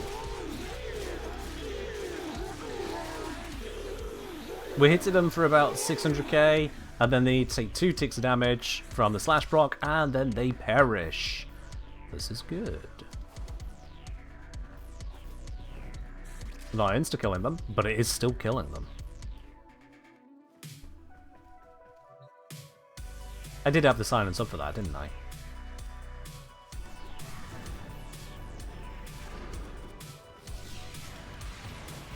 I did not!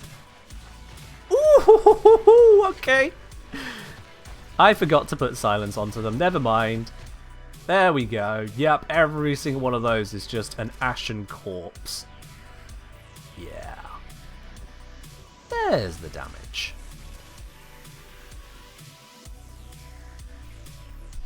Now, by all theory, that is still achievable with the Raffle Advance setup as well. I do still wonder about the worth of that for the shorter duration on it versus silence, and then the lock-in of other arcanes, but honestly it still points towards being even stronger. I suppose the part of the question is, do you need it to be even stronger? But yeah. Yeah.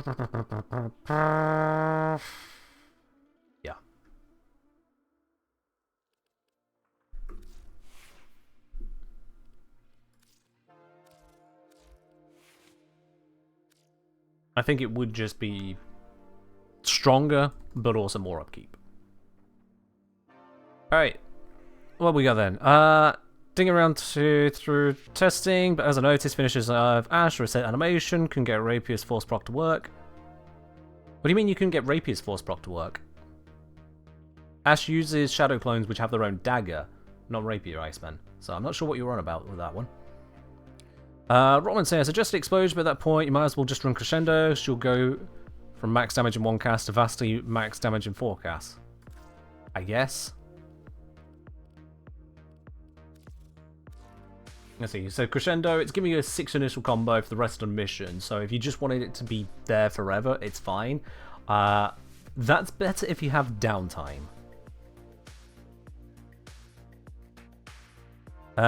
Cubit says, something to be said for Raffle Advance, that it preserves almost exactly the gameplay of non-Helmet Bash.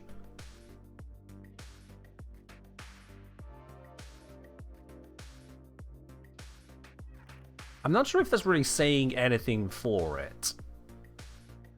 Unless you're meaning Ash teleports and Raffle Advance teleports, which I guess.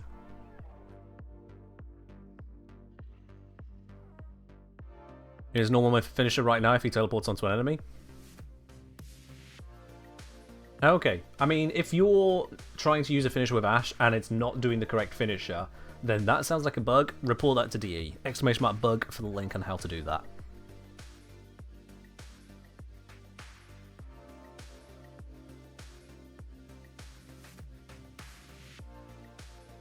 Okay, so Crescendo if you just want to have the initial combo, because sure, why not? Melee Affliction should have no effect.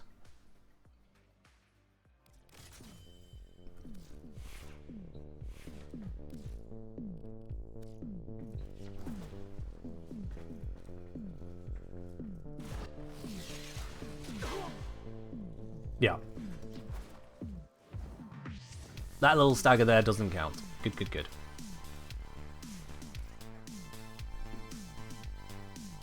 Main benefit is you can run narrow-minded, which stretch to not butcher the build. Main benefit... Sorry.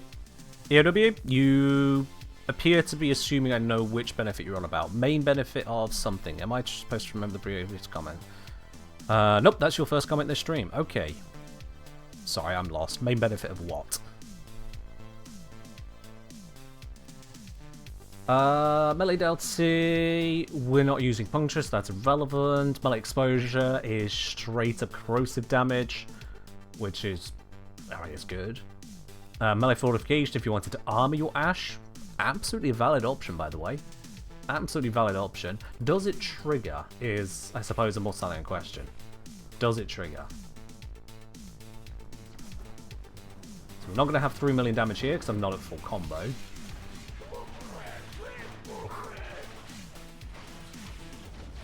Hoping we'll get to the point where we can start killing things. There we go. Yes. Yes, we are triggering melee fortification. I am seeing that popping up. That's good. So that is definitely an option. If you want to go and arm Ash, you can go and arm Ash. It is not a stack, however. Or rather, it's not a shared timer, so do bear that in mind. Armor Ash is definitely a Warframe that can exist. I mean, it existed before this, but yeah.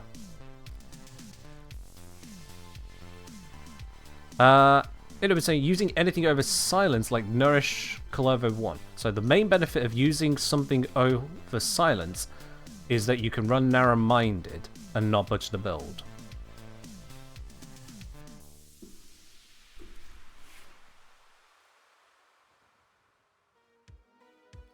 I mean... do bear in mind, if you're talking like narrow-minded and stretch, I'm already using stretch to increase the range of targeting for Bladestorm. If you're adding in narrow-minded, let me just drop a couple things for a moment. So you're wanting that to be a 40-meter targeting? It's not the worst, actually. It's not the worst.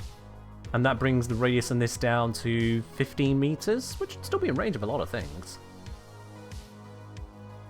But yeah. It would increase your duration significantly. You're very right on that, though. It's a trade-off. You're very right. It is a trade-off. That said, you're suggesting Nourish? I wouldn't be suggesting Nourish. I don't care how much of an energy gain Nourish might give you. That seems like a poor choice in this case. There are so many other energy gains. There's not that many other things that give such a huge bonus to damage output like Raffle Advance and Savage Silence do.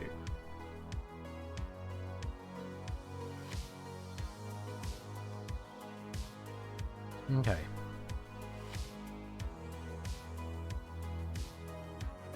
Think through all the bits and pieces we've picked up so far. We're still going through the arcane. Retaliation, gain damage for current shields. There's no way that's going to be worth it. Just no way. You're not going to have that many shields. Kill an enemy affected by magnetic state. Chance to pull them in. We don't need a pull effect because we're not doing gas clouds and whatnot.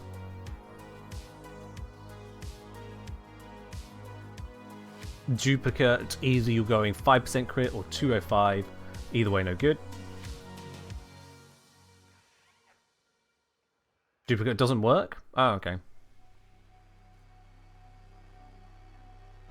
So yeah, that leaves us with pretty much just... Yeah. If you want to be lazy or have massive downtime, if you want maximum damage, or if you want armor bonus.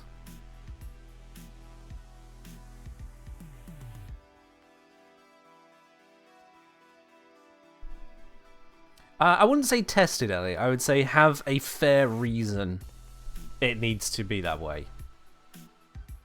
I'm going to unpin that one. It's not, I'm saying, don't tell me something unless you've already checked it out yourself. Like, that's part of my job, is to check the things, sure. It's the difference between, hey, Kenchneer, I have this idea. You see, I've noticed that Savage Silence buffs finishers and Ash uses finisher attacks. I figured those should work because it uses finisher bonuses. Would Savage Silence work? Yes. I happen to already know that one, but if I didn't, that would be like, oh, okay, let's try that. If instead the answer, or what someone says is to go, hey, silence. Are you telling me to shut up, or are you naming the ability? That's the difference. And someone just throws out, Engineer, have you tried Thermal Sunder? We're on Ash, why would I be trying Thermal Sunder?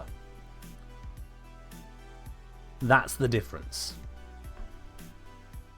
If there is actual thought and logic behind the suggestion, and it's communicated, we're all good. Say ability names at me, I'm going to imagine you're an idiot. And again, yes, I know that is all snide and snappy and any other negative word you wish to apply. I'll take them all. Always have. Okay. I'm not sure which other directions are worth checking at this point. That's irrelevant to us. That's irrelevant to us. Crit modding is completely ridiculous because it's got such low stats that we need to force things in. TMB Dean, thank you very much for subscribing with your Prime. Once again, they're up onto 16 months. Much appreciated. Cheers, Dean. Huh. Cheers. As we say, I wonder, does Endless Lullaby now get triggered from Bladestorm since they're counted as finishers? I'm not sure. However, I'm going to cast that into the no way is that going to be worthwhile bucket, considering Ash is trying to kill them, not make them sleepy, and other subsumed would kill them, not make them sleepy. So I feel like that's a curiosity that doesn't need exploring. Bite, I can confirm it is being snide. It's not just British. It is being snide. Would Galvanized Elementalist work because of the slash procs? So Galvanized Elementalist will give you more status damage and more status chance. The problem with the status chance is that we're already dealing with something that has a 5% status chance on it. That mod is pointless. 5% status chance. It doesn't matter if you're adding 120% to that. You're adding very little extra status. You're also not increasing the slash proc output. That's guaranteed, so that's even lower again. Ray saying, if I recall, that's additive to Ash's passive. Oh, is it now? Okay, assuming that's the case, that makes it even worse again, because now not only do we have an increase in the statuses aside from the already guaranteed slash proc. So if you see here, we've got some chunk of toxin. We've got, yeah, finisher proc doesn't exist, so it's 3.1% toxin at the moment.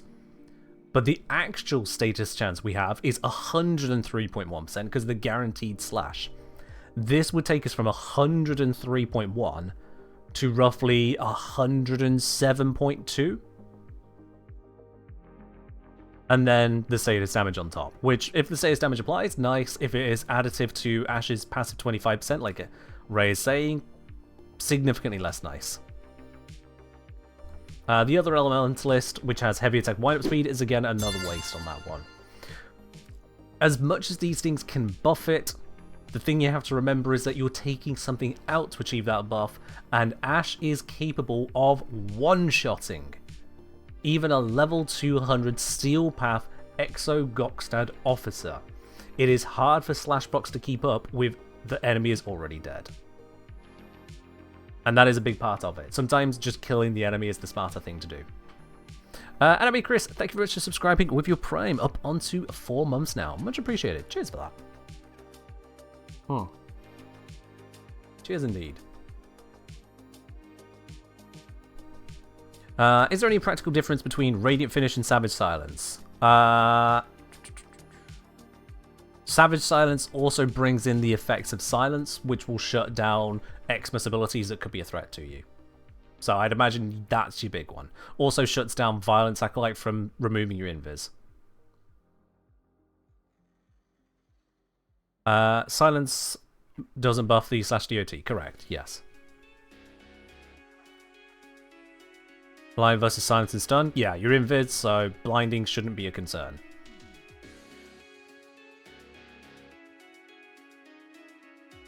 Okay, so what else is there left to think about at this point? We know how the smites work, we know how the crits work. This is practically irrelevant. Yeah, there's initial combo, but we can do better than that, let's be real. Silence is a passive aura, you don't need to recast it for every group of kills. True, yeah, it just follows you. That is very valuable too.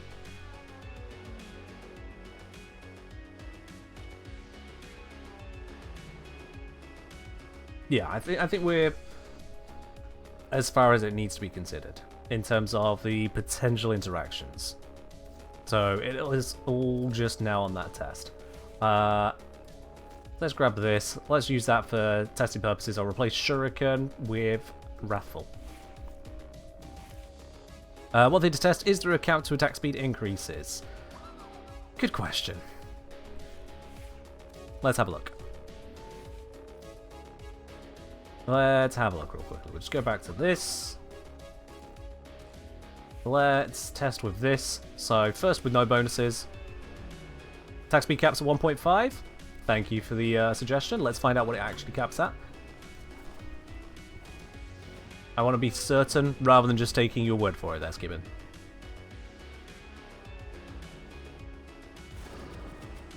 Let's paint them all. Let's get the timer ready and start. Let's see how long it takes for the last attack to fully connect.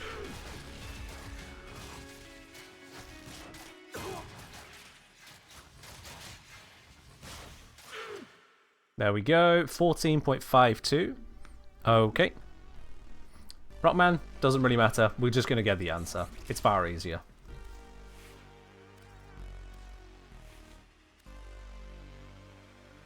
Read up on some people suggesting that clones are allied units, can be buffed by effects that buff allies.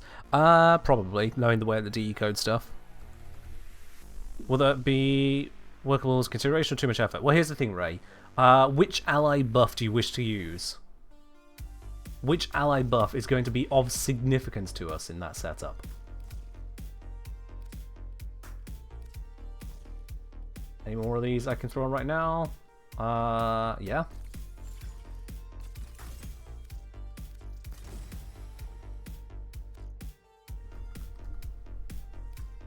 There we go. So this brings our attack speed up to 2.45.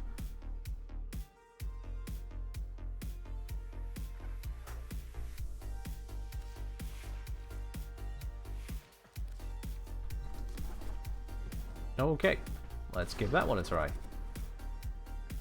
So we still have 20 of them. I haven't accidentally killed any of that. I shouldn't have done. There wasn't enough damage for it. Yeah, they're all still alive. Okay. So 14.52 previously, now it is.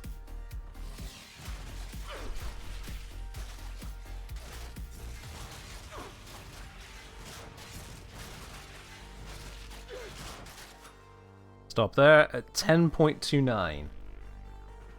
That does feel like a hard lock on that 1.5 Skibbin was suggesting earlier. So let's... Oh, wrong thing. Let's go back into this. Let's strip out everything other than Prime Fury and see if I get about the same time then. Any chance of an X-Ultra build? Not a recent one, no. You blame the wiki? Yeah, nope. If you quote the wiki and you don't even mention you're just reading off the wiki and no idea of the validity of what you're saying, you've taken full ownership of what you are saying. This doesn't just apply in this stream chat, by the way. This applies in life in general. If you come across something somewhere and you decide to internalize it, take that thing and repeat it elsewhere, you now own that. It doesn't matter that you heard it from your mate's mum's goldfish down the pub. You said it. You said it with all the conviction of anything else you could have said. It is your words. So you either own it, or you don't just say it so confidently in the first place. You are in control of your mouth and your typing. You can put what you wish to put. You are in fact not Flair. You do not have a Lizzie up your ass, making you say horrible things. Just like I don't have a Lizzie up my ass, I just have a stick up my ass making me say horrible things. Let's test how long this goes.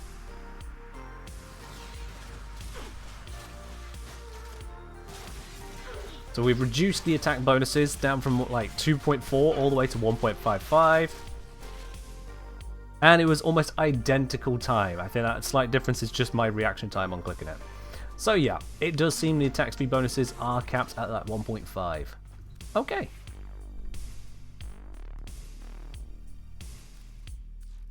There we are then. The wiki can actually have some accuracy to it, who knew?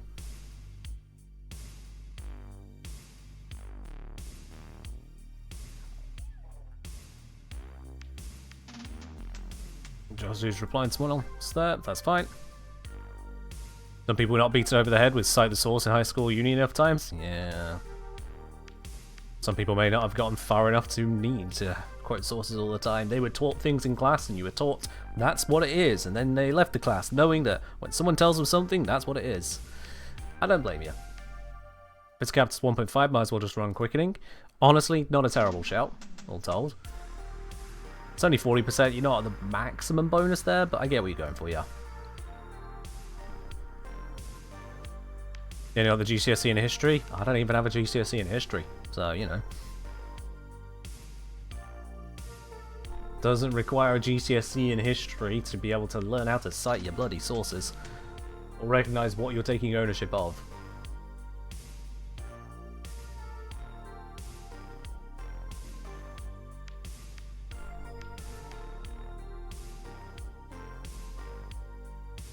I see, W. I see. Fair enough. Alright. So with that all in consideration, now it's time to go slap that subsume on.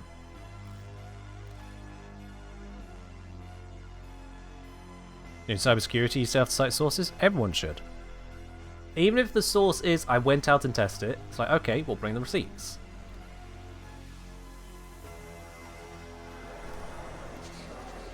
And then there is a second element to that of just citing your sources isn't enough reason to include what you sourced. If I were to cite my sources from, let's say, Fox News or the Daily Mail, I would hope that people would turn around and go, Ken, what the fuck is wrong with you? Those are entertainment sources, not news sources. They cannot be used as factual outlets. Which comes back to the point of, you own what you say. Make sure you have a bloody good reason for saying it.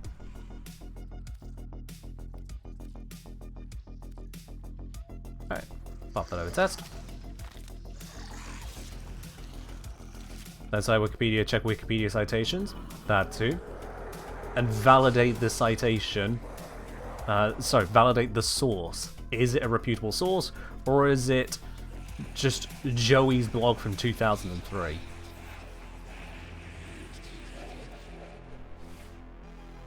When you think about how many people watch my videos, when you think about how many people come to the stream, when you think about how many people join up on the Discord, by the way, do that if you haven't already, multiply any inkling of an idea you may have by 1, how many people there are, and 2, by how many people might push it a bit further than you do.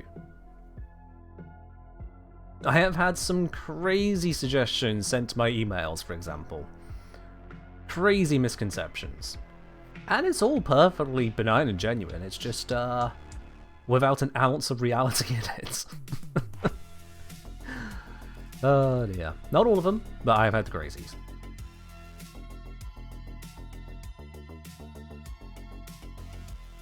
You don't tend to share builds because your usual one's a 90-second limbo bubble? Well, fair enough then. You're living a very interesting life. Okay, so let's take this current setup here. Let's copy it over to currently test. There we go. It takes out the orbit mod. Instead, we can have a secrets in there. It'll be our little secret. We've got, at this point, pretty good modding. We need this to be crepuscular. There we go. And then we need companion to do companion bits and pieces. Let's just use this one here. Crit support. Yep, there it is. Nature's Bond. Beautiful stuff. Let's give it one of the many crit weapons. Volclock, I think, is the usual go-to for me. Yep, there we go. Alright then. So, previously, I was one-shotting those Exo Goksad officers with like 3 million or so damage. Let's, once again bring this all together. Spoiled Strike. Yeah. Oh. And I think I was using, at the time, Crescendo, so let's keep it as neat as possible.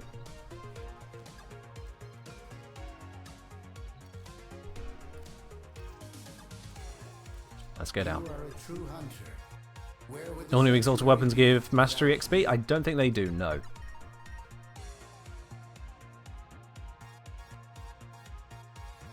Not sure I'm not using Precision Intensify. Is there scaling on the rest of the kit that would trump the 60% extra on this 4? Main reason I'm not using it is that it didn't exist when I did the Ash build.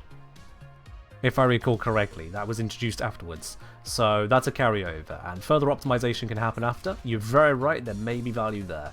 I'll look into that. Alright, let's get this combo skill.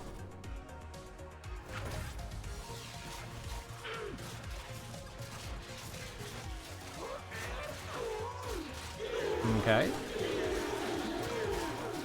Alright. Cool.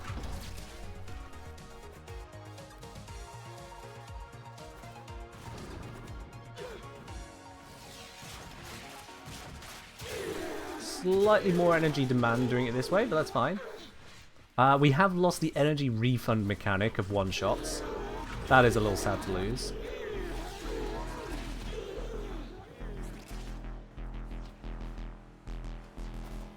For those of you unaware, Ash used to refund energy if the first stab insta-killed the enemy, which was, I'm realizing now, a significant part of Ash's ability to maintain his kit. Still confused how combo applies on pseudos, they don't have heavy. It applies as a multiplier to the damage. Hence why we're doing like 3 million hits now.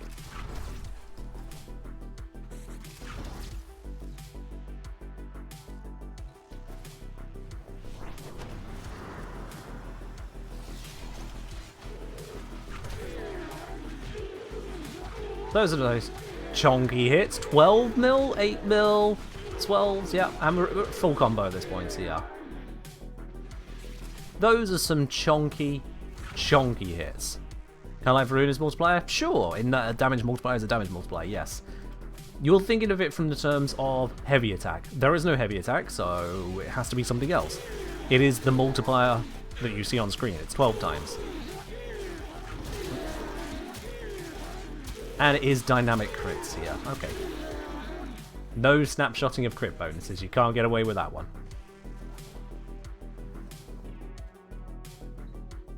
The patch note said the one-shot still refunds. Okay, let me just control F refund. Nope. Tekra Encore itself does not have that there, so unless it's in a hotfix, you can say that one yourself.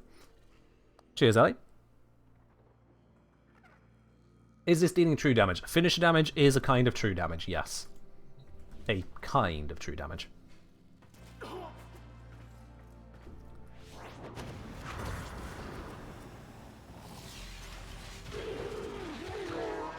But yeah, this is pretty handily just kind of eating them up, isn't it?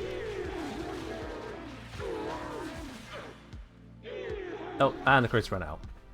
There is definitely the greater energy upkeep cost of the crits there.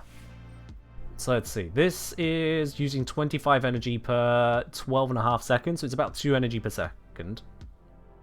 Whereas the silence one, are the lights meant to be out of stock? Someone changed it earlier, so it was definitely working. Kills from the third refund. Well, that's the third, not the fourth. We're not using 3 at the moment. So this is using about 2 energy per second, actually. Yeah, fair enough. That is more expensive than I thought. So even there, it's a wash on energy output. You have to cast this more, but that's about it.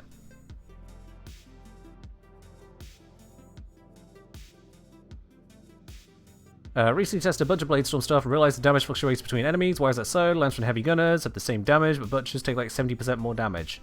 Good question. Let's find out. God damn, I hate that bug. Alright, let's actually completely de-equip things that could interact with this right now. Let's grab this, set it to a test build. There we go. Pretty much as safe and basic as I can make it. Let's grab an Elite Lancer. Was it Elite Lancer you suggested?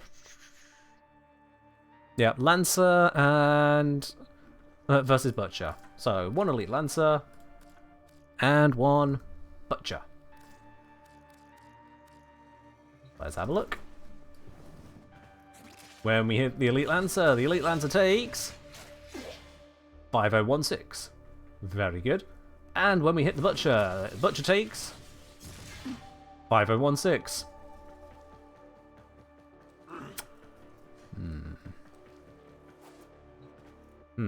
Okay. Yes. Yes. Right. Corrupted Lancers, Heavy Gunners, Butchers had 165% Toxin damage mod on. Probably is that. It could be that you were... Okay, if you were using Corrupted Lancers, Corrupted Heavy Gunner, and then normal Butcher, you might have had a Toxin and Electric mod giving you Corrosive. And that will give you bonus damage. Or it could just... Oh yeah, if you got a Toxin mod on, yeah, the armor bonus, that's it. Butchers have like shit all armor. That's what's doing it. Yeah, of course. Armor. Did he mention what comes after Hex questline? They've not been very clear on it, no. We can expect to find out more next month. On the next dev stream. Take care, Mantis. Okay.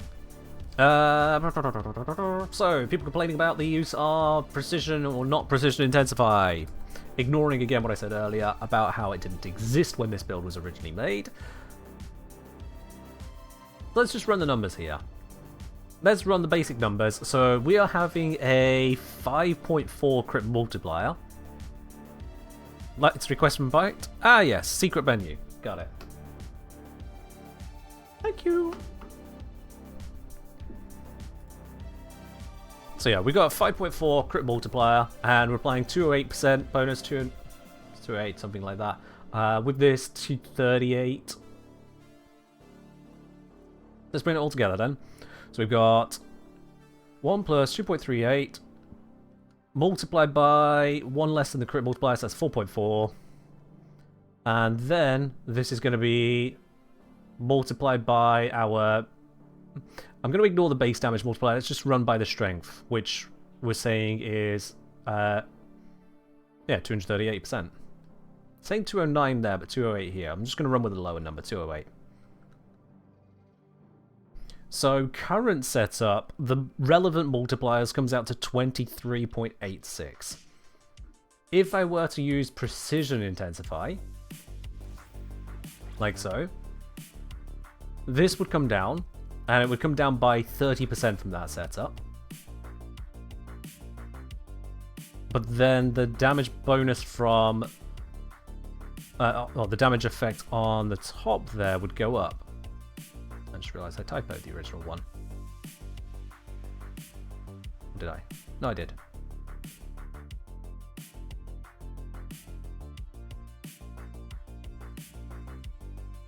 Yeah, sorry, so without precision, relevant multipliers are 27.3. With precision, it's 30.3. So that is an increase. Using these very specific numbers, that is an increase. So yeah. Worthwhile in this case. Does melee charge actually apply to Ash's clones? Melee charge? Do you mean steel charge? If so, yes. If not, then what the hell's melee charge?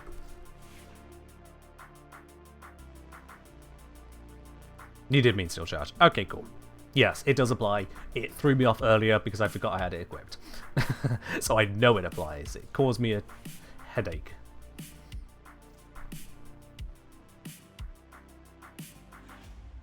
Okie dokie then. So this is a 55% damage multiplier, or damage bonus, versus our chosen faction at any given moment. This is applying its damage, but it's then mitigated by armor, so if you get armored enemies, it's only a 16.5% bonus. For that reason, elementals are probably not to be used against armored enemies, just at all. There's a 16% bonus, we should be able to find better. Hell, crit multiplier modding might actually deal more than that. Because we're having all the crit chance. The DST command was only for that stream.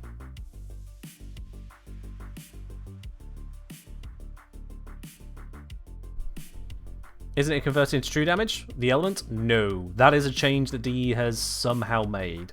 I don't know if they even intended it or if it just happened that way in the code. Let's be real. But yeah. They have turned it from finisher into actually just toxin. It's a finisher that also applies non-finisher damage. Wrap your noodle around that one. Wrap your noodle around that one. Maybe we should submit a bug report. If D decide to code things then it's completely unintentional without expressing their intentions in the patch notes, how am I ever going to know? How am I ever going to know? This is completely new to us anyway, including having the word finisher here. When have you ever seen finisher written in the damage section like this? Have you ever seen that before? I don't think I have. So it's all new to us. You think there's logic to adding electric mod alongside the toxin? You can do if you wanted to have the corrosive. There is an option there, sure. I think viral will probably be smarter because it's a universal damage multiplier and everything has health. And if you're hitting them with direct damage and they survive, hitting them again, you're going to murder the hell out of them.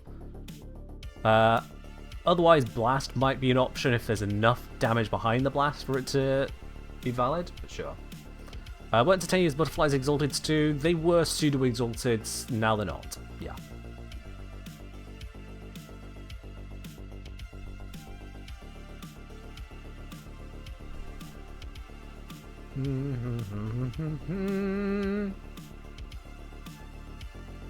Yeah, I think in normal gameplay, Berserker Fury if you're in a constant combat, Prime Fury or Quickening if you're not. But yeah, that does give us more capacity to work with. I'll be honest, I think Quickening is just going to be easier to lean on, because this is overkill. This gets you 40%, this gives you 70, but you can only go to 50 anyway, so might as well go with the Quickening. Although, we are countering Spoiled Strike, so 70 minus 20, 50. No, that actually works out. Yeah.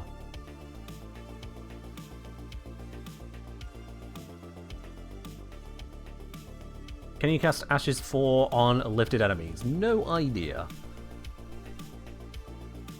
But you're trying to go for a melee afflictions, aren't you?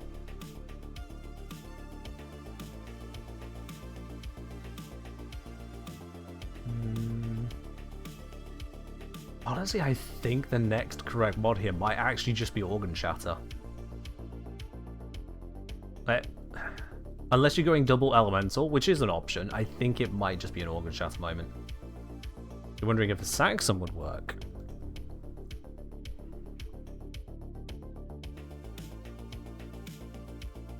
Maybe.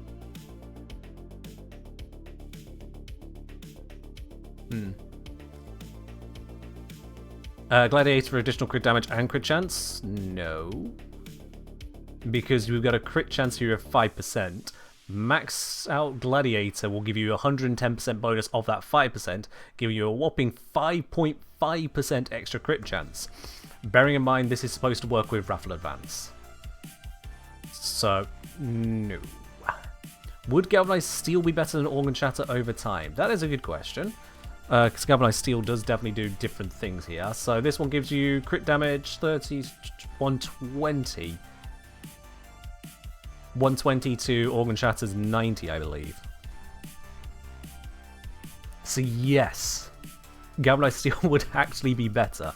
Good God, that feels wrong. Oh, that feels wrong.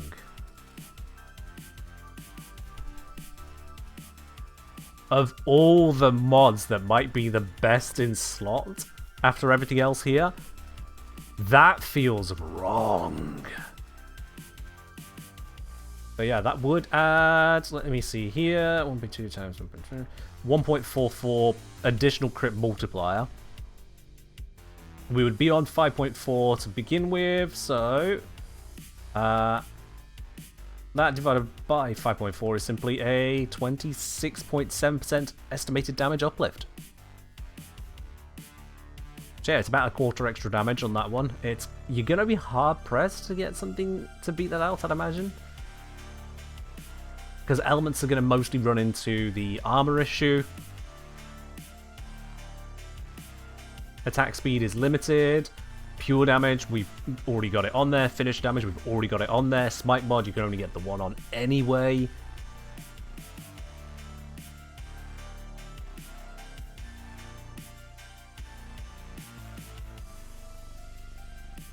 Can Bladestorm stack the Galvanized mod? Good question.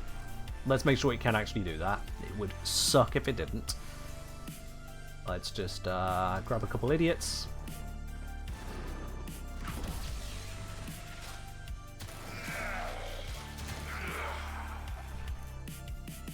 Yes. Yes, it can. Okay, cool. Rockman said, I think the last slot will be for a set mod, so you can get the bonus of having to give a melee slot. Rockman, how do you mean?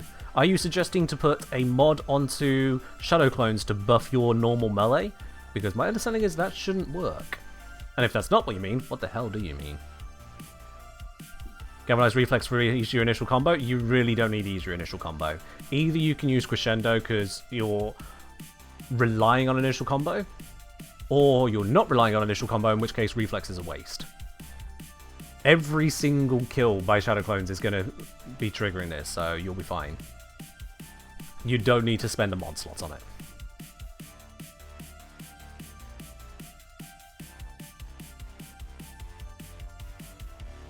Exactly, guys. Yeah.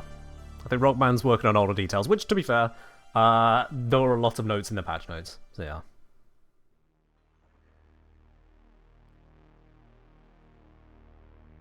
So, yeah, I think it is just faction mod. What's the question? So, I said it was about 20% uplift there. Sorry, 26% uplift for using Galvanized Steel, based on my estimates currently. If we were to go another elemental mod, be a 90% one because there's not another primed one. So if we went 90% on this, our damage, if we've not got armor to deal with, our damage would increase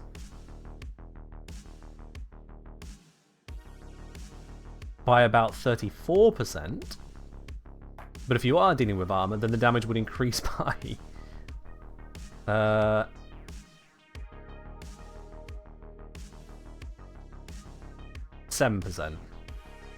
Yeah. You think there's an argument for exposure? Yeah, there is. And I've already covered that one. Crescendo is if you expect to let your combo run out. Exposure is if you want maximum damage. Fortification if you want to give yourself an armor buff. for survivability on Ash. But that's if you're going for a non-invis Ash, which is a bit of a weird one. Otherwise, the rest of the arcanes don't matter. Influence was not proccing in any useful way. Afflictions doesn't trigger here. Doughty is completely outy. Duplicate apparently doesn't even interact, and shouldn't interact given the crit bonuses we'll be giving is either too much or too little. Retaliation is just a flat bloody no. Why would you? Melee Vortex should not be of any use to us. So yeah, it is just those three. What's replaced with people who hate faction damage mods? So it would be Galvanized Steel and then an Elemental mod. I don't think there's anything else worth putting in here. I'm really scratching the noodle on this, but I don't think there is anything else. We're already at max attack speed. Range is going to have no effect on it. Well, I say that. Okay, range has an absolutely pathetic effect on it. What is that? Why, DE? Why would you make it work on the actual ability range like that? Wow. Okay.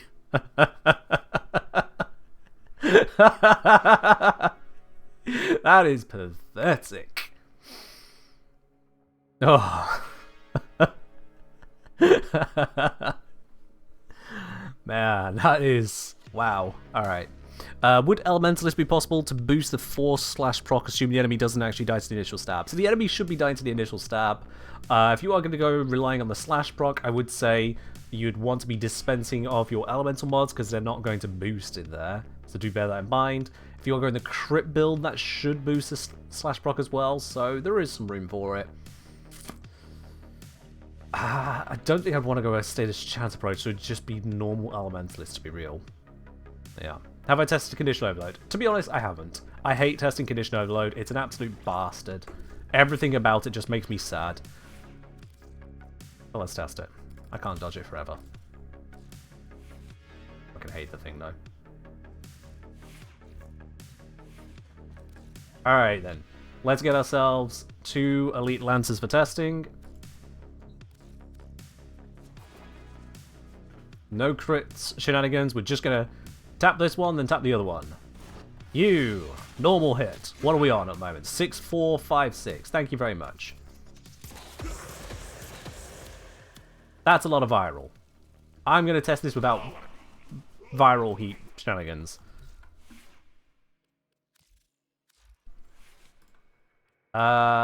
This build looks useless. There we go. Radiation. Thank you very much. And how have I searched Radia? And this is...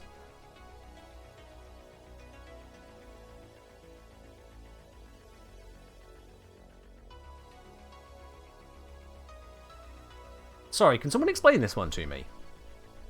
How is Magnetic Might showing up when I search Radia? I was searching Radiation. How is this mod here?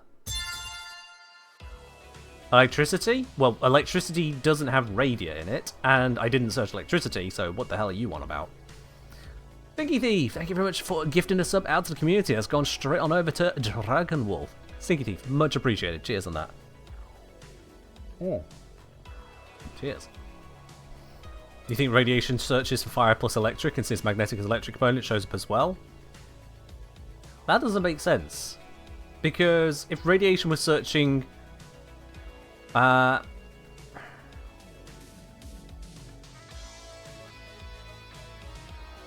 yeah, no, maybe so. Yeah, maybe this is triggered to come up whenever you search electric.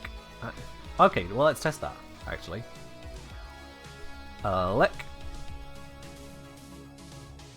Nope, that doesn't make sense. Because if searching heat electric brought up every mod that was related to electric, then searching just electric would do it as well. No, it's not that then. It might just be a copy-paste mod situation. If I search magnetic, does it come up? Yes, it does. But Radiation is bringing it up as well.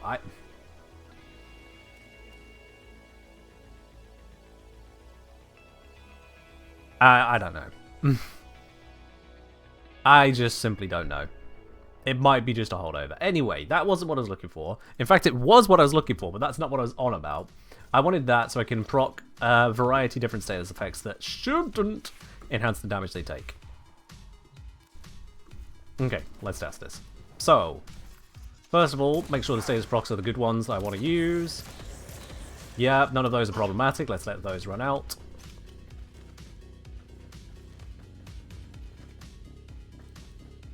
Okay, so no status proc damage. 6, 4, 5, 6. This one 12, 9, 10. Alright, that is a buff. That is a buff. You're supposed to side with Ash. I started at the front of the alphabet. I didn't think it would be this much. That is a buff. Alright, so if we then go for a more typical private, and yes, I'm using not the prime, deal with it, I'm just used to using this one. So if I do babbity, oh no, babbity babbity babbity babbity babbity bop, what? Well, that is a bad day for everyone involved, isn't it?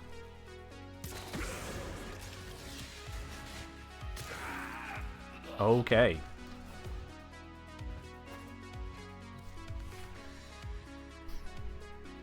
Alrighty then.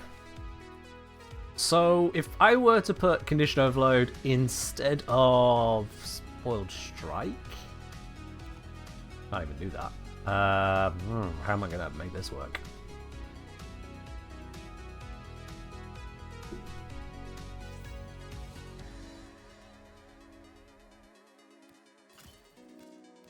There we go. Got it. Alright. It's been Ash all stream. It has been Ash all stream, yes. Ash is just this much. Actually, let's not kill those. Let's get ourselves some Exo Gokstad officers. Yes. Oi. All of them.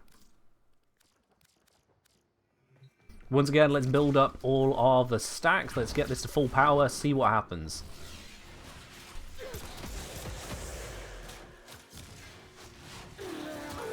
We're already into millions of damage.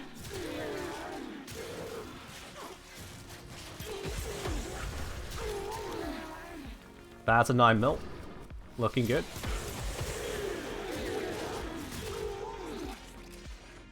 Let's keep it going.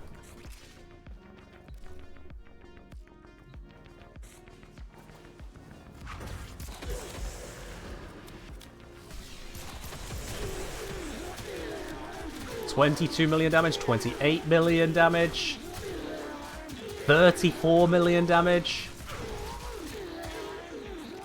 That's starting to look a little bit redonkulous. Let's keep going.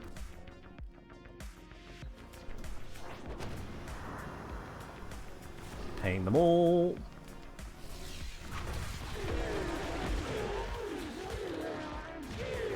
$40 million damage, 57 million damage. Okay. I think we might have enough damage. I think we might have enough.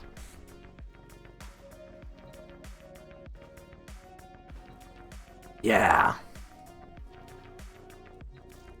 Don't forget for Ash 4 build, you can use Diriger for priming, so you don't need to use prime yourself.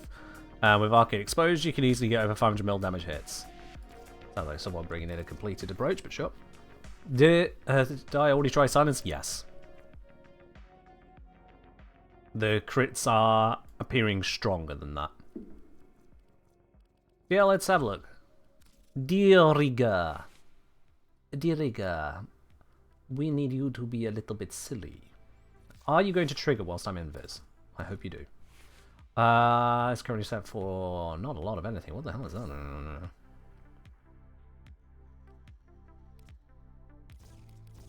Let's see. We got space to give it some stuff. So let's give it viral.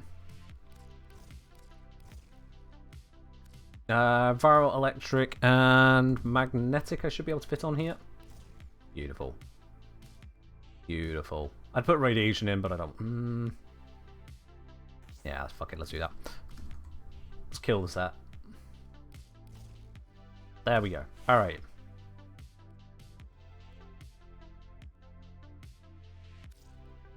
Isn't doing a short range? Might be, but let's just see what happens.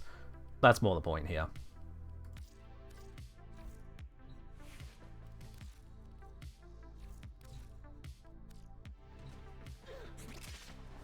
Oh, okay. We're already zapping things. Sure, why not?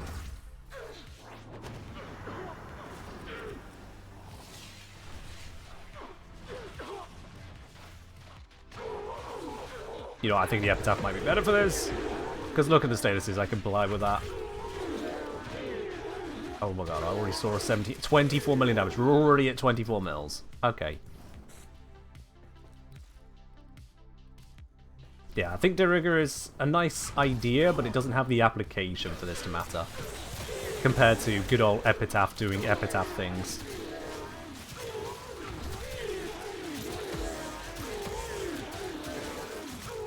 Like, just look at that bullshit.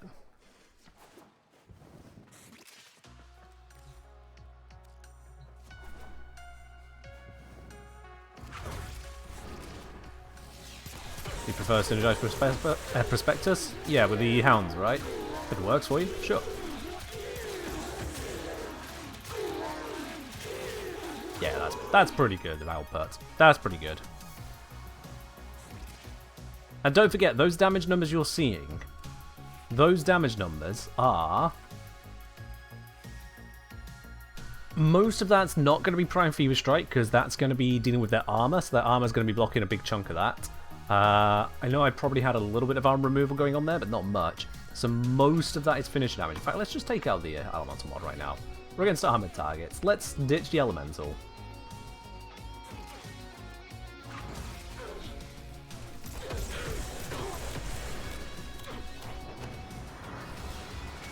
Get that running, go get my energy. Wait for all the kills. Or damage, at least. There's still quite a few alive, actually. Gonna need to... Because we've not stacked up yet. There we go.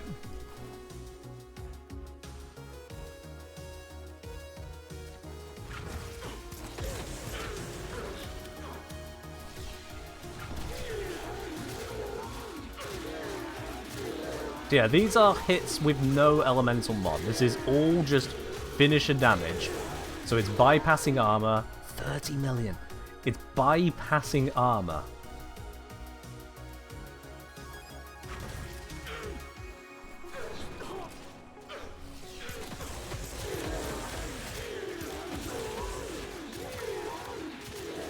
That is obscene damage to say it is true damage. Yeah. Spinal saying, think of running shield regen temple and using pillage on them. What I'm unsure of is which skills to subsume over. Do you subsume over the 3 to improve the gameplay loop? What does that mean? But if I do, then I would remove the whole heat buff. But will the other abilities still apply to that, where it would increase the duration and heat damage would rip as well? Now instead increase duration pillage? No, absolutely not. No. No, it absolutely would not increase the duration of them, because it's got no reason to. All of the duration increase is a built-in mechanic. It doesn't just boost the third ability, whichever ability it is.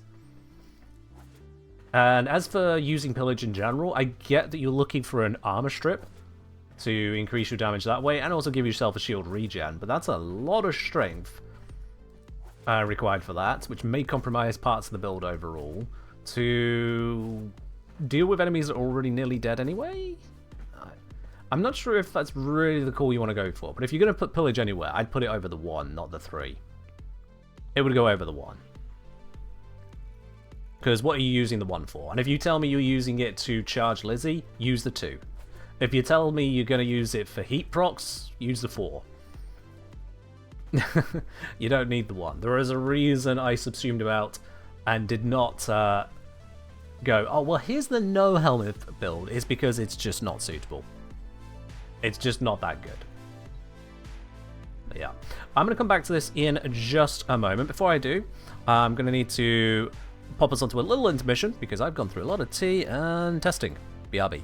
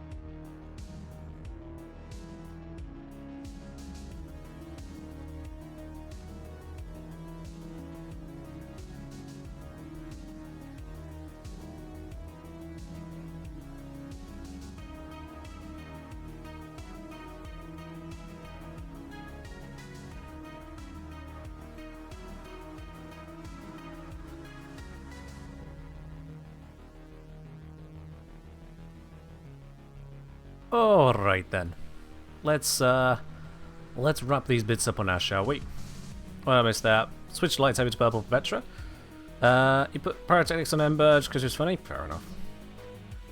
I was saying, for gameplay loop, the 3 when activate takes a tad long, we're just standing. I mean, alright. You shouldn't have to activate it that often, but fair enough.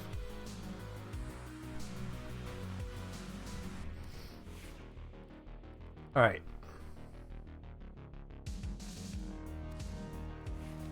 So, we got our range for casting. We've got our strength for, well, strength purposes, it's the damage dealing. Our duration, this got boosted in its duration, so it's plenty workable. Plus, we've got Arcane Trickery for much of our invis, really. More duration on Raffle Advance can be nice, but did we want to murder the range for that duration? Because I can do that. But I don't like bringing down the range on this to just 39 meters. It feels wrong. Because rooms can often be a bit bigger than that. But it would do wonders for the duration on these two.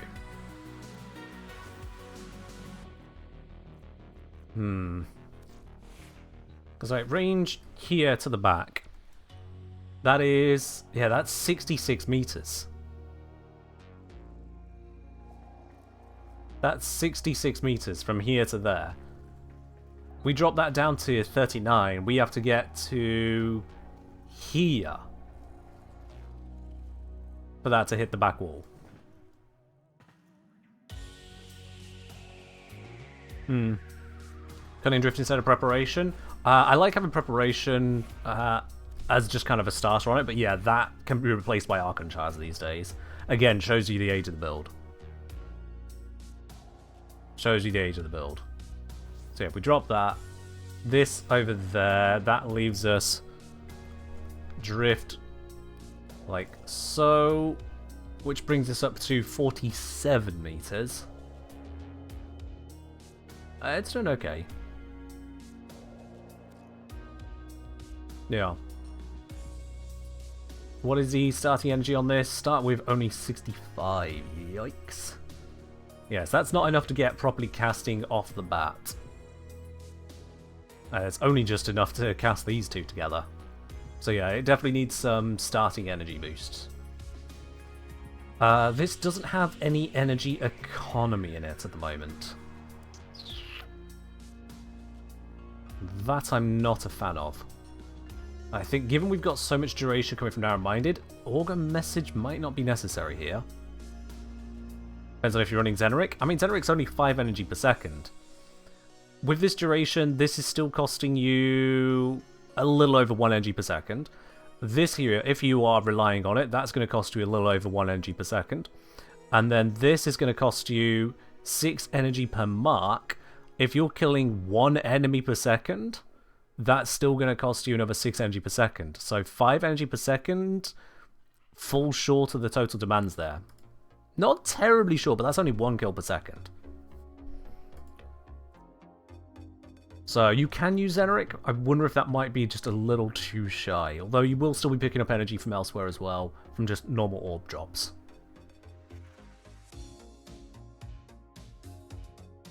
Fatal Teleport Augment adds duration to Smokescreen. Is it worth it? Increases spark velocity. Executing a target with teleport extends Smokescreen's duration by 5 seconds. Mercy kill for full refresh. No, even if that's modified by duration, which it looks like it is. No. You're spending 25 energy to add 10 seconds, when you can spend 35 energy to add 23 seconds. That doesn't work out. And you won't be able to teleport during Bladestorm anyway without ending up joining it. No. No. No.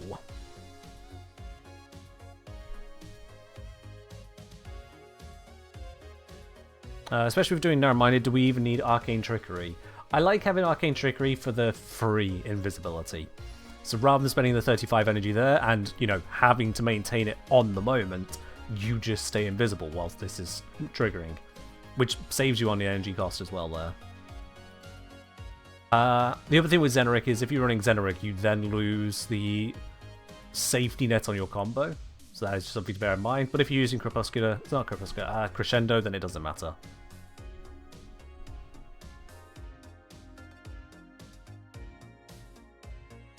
We should check if the energy refund works in missions. Well, you mean the one-shot refund? I mean, we can try. Hold on a moment.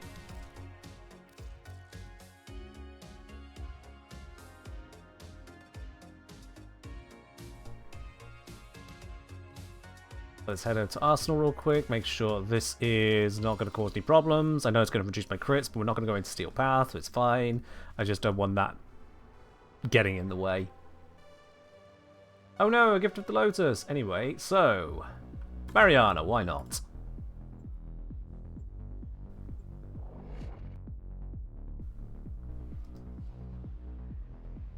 That's what I was thinking, Zom, yeah. That's what I was thinking. Okay, so I'm currently on 30 energy. Went down to 6. Nope, no refund whatsoever. No refund whatsoever. So it is 6 energy per kill with this setup. Okay. Faster time, say half rank narrow-minded, plus prime continuity and stretch gives you 115 range, 200 duration. Sure, what else are we having to do to achieve that? Let's see then. So, prime continuity would need to be added to this build. What are we dropping for it? Stretch is already in there. Narrow-minded is already in there. So, we're replacing a rolling guard, one of our crucial defenses. Because Invis is only so good.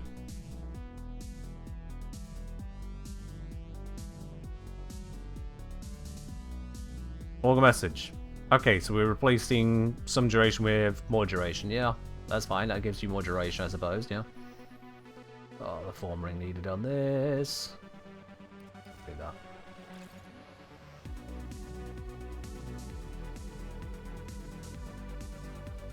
Or not do that because we're going to use it half rank.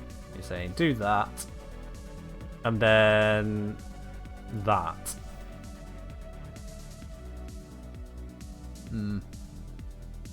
Archon stretch? No. No. I mean, you can get some energy regen there, but just no. It's not that much. And it's not worth it to then type lock your Blade Storm when your Blade Storm doesn't really want the elements in the first place. They're not great, unless you're against unarmored enemies.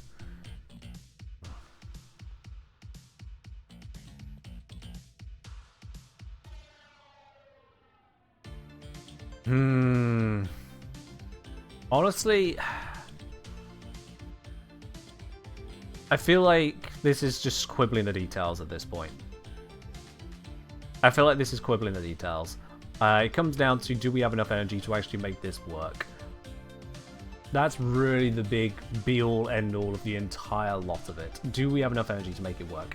I'm going to swap out Prime Flow for Equilibrium here. That does absolutely murder my maximum energy. But that should be okay. We can always throw on an Archon Shard or two if needed. Yeah. Alright. Let me make sure I have everything equipped. So I want to get that. Let's get Worm in for this one. Set it to crit support. This, make sure it's definitely well modded. Yep. That seems to have everything. Ash is on the testing build. That is all good. Alright. Where do I want to take it? Let's go.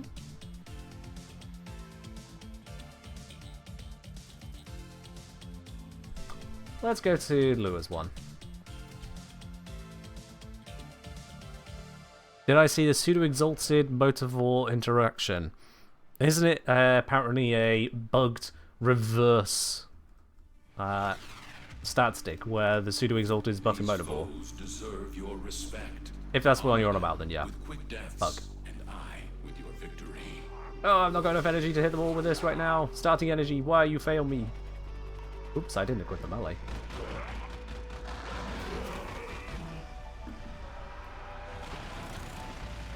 There we go. Let's just do that. The Orican Neural Sentry is attempting to purge you from this place. Alright. Stand by for Max energy. Let's just roll with what we got.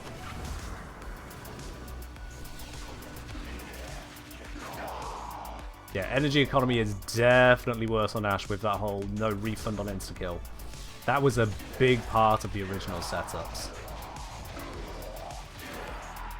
I now have no casting.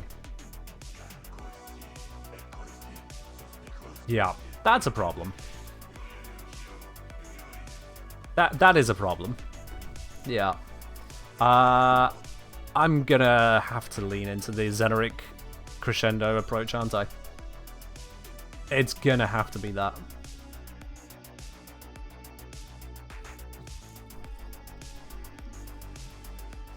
Unless we just go ham on the efficiency, but that's gonna eat into our duration again.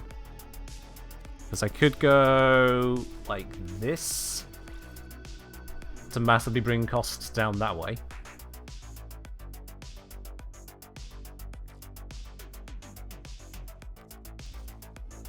Okay, yeah, we have the tiniest bit more starting energy. You're very right. Well done. So if we go that route and then combine that with switching this over to Xeneric, so that our energy income can be supported by not spending it anywhere near as much. Double check this is along crescendo. It is. I'm currently not using elemental mods. I suppose I could throw that back into there for now. And we're using that for the crit damage bonuses that we get from it. The crit chance is immaterial to us. Don't want to keep using condition overload because I'm not priming, so let's switch that back out for my Orican. Okay.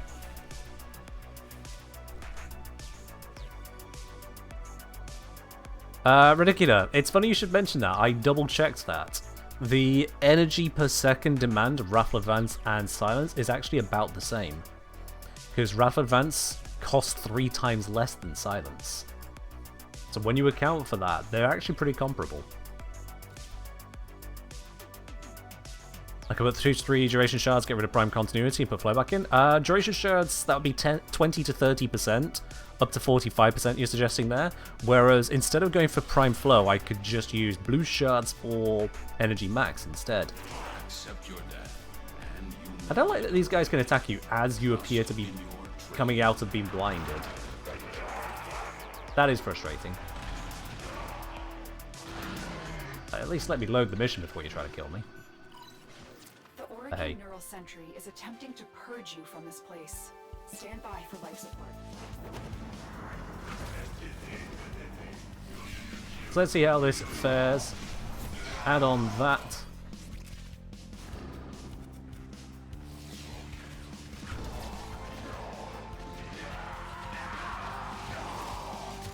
Ah, it's looking a little bit effective.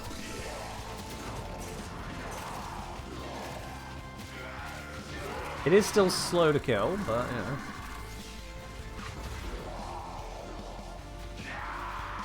When it kills, it bloody well kills.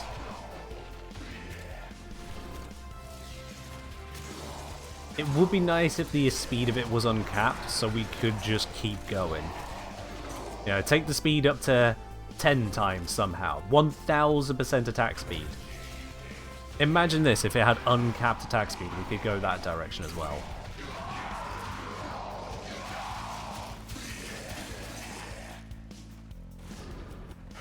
But, alas, we can't do that.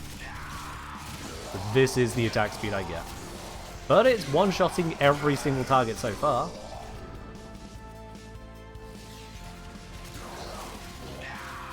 Alright, bye. Take care.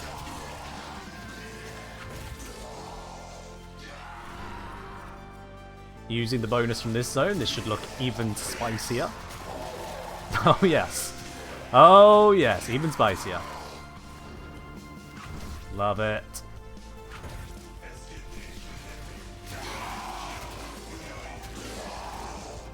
So this is without using the viral primer. We're still landing those 50 mils.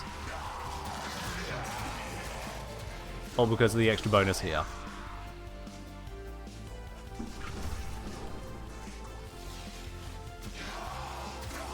This is pretty damn effective in terms of damage per target. Excessively strong.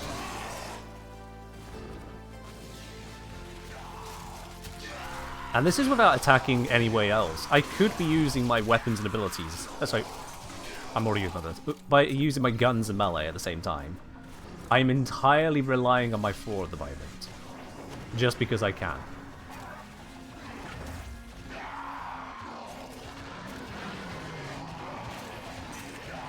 And there's nothing they can do about it.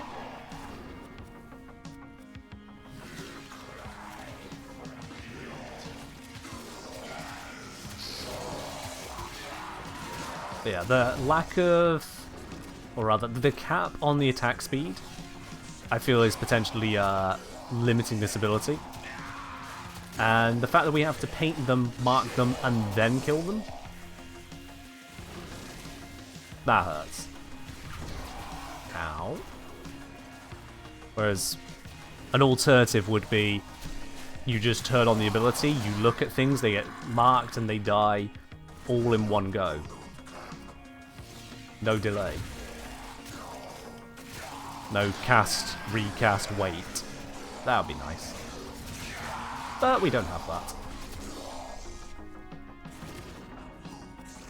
We just have this. And this still works. Oh, hi, an Xmas unit. Please wait, I'm still killing the others. Thank you. Yeah, it works.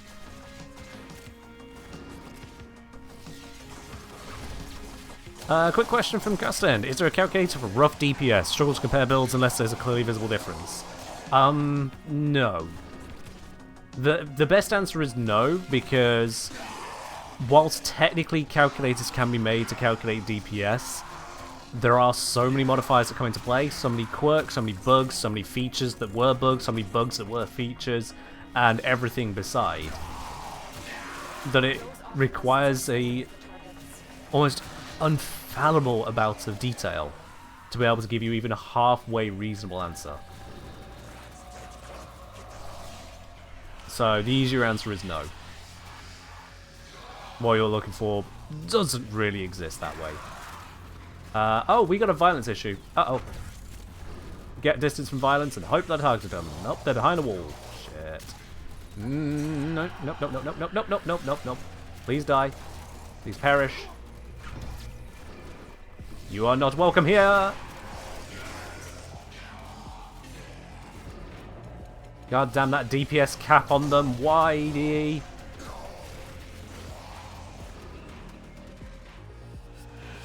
How are the shields fully back? What?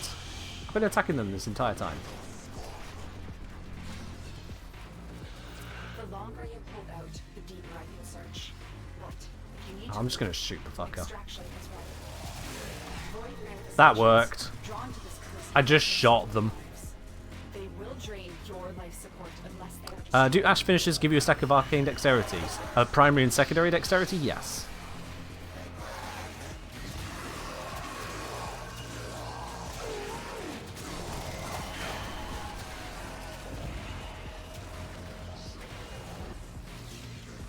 Please perish.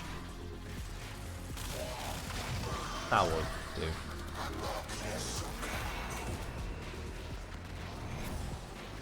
Nip. And we still got these sentients dicking around. Can you start off already and bring your meanies in? That'd be great. They know you're here. Prepare for sentient fighters. Slowly waiting for the enemies to die so they can drop some life support because I've kind of run out. Yeah, I'm going to need to go activate that. I'm just going to need to go activate that.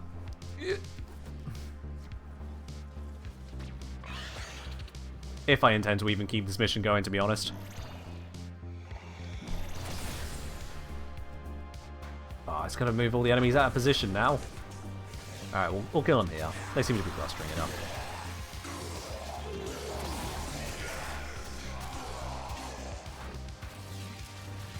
I appear to have lost my combo UI. I don't know where it went. If someone finds it, please let me know, but I appear to have lost it. I fear Violence may have stolen it. This is disappointing, as Violence does not need a combo UI. Why they felt the need to take mine, I don't know.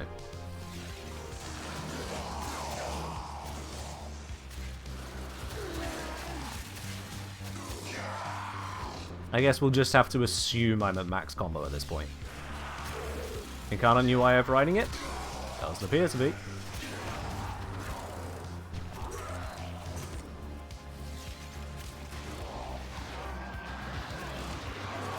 No, it's just bugginess. It's just buggy.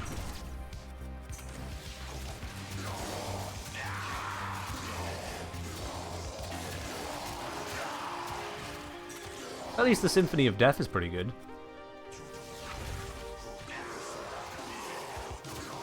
And you can definitely see the ease with which I'm targeting enemies with the 4 now.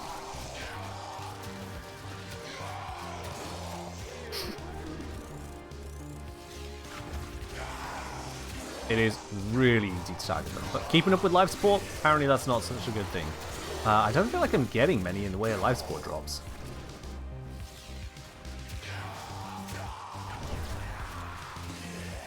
Oh, there's some. There's 3, thank you. About time they started showing up proper.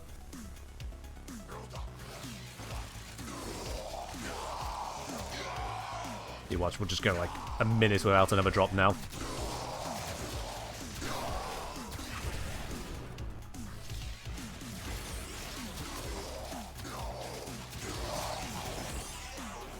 Not much.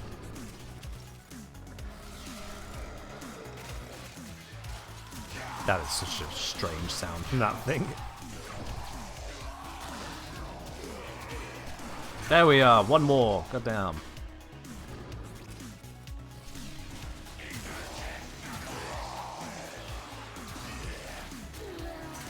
Yoink. Yoink.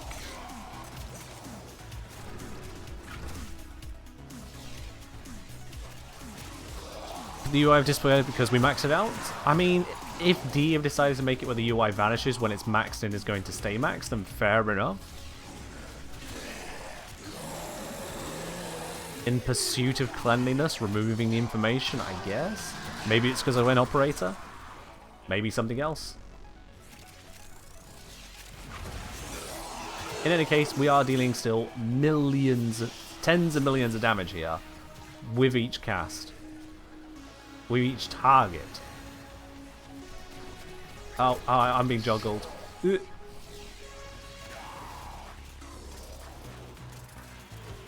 Yep. No, no, no, no, no. Just because you can teleport doesn't mean you're allowed to. Stop going invulnerable the moment I try to damage you. There we go. That's a little bit better. That's what I was hoping to do previously on Violence, but they just weren't having any of it.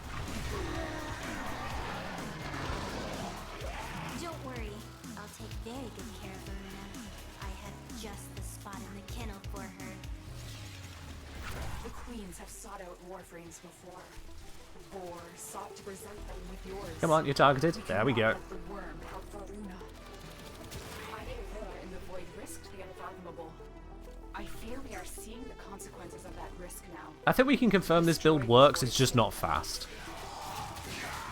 I'm cutting through basically everything that is spawning. Acolytes are a little bit more of a problem. It's killing, it's just, it can't be a fast killer on its own. You would need to use gunplay as well. And that might get a little bit APM intensive to be switching between gunplay and ability play like this. Or gunplay and melee play. You're using Raffle Advance, might as well melee with it.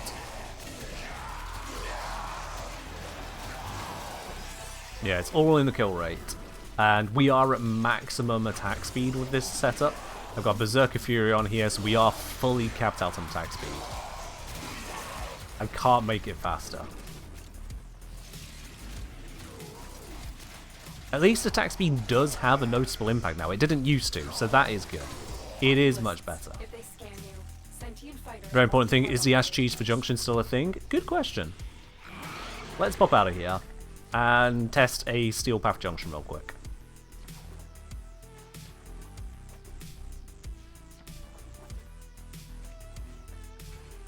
Somewhere out this way is my exit.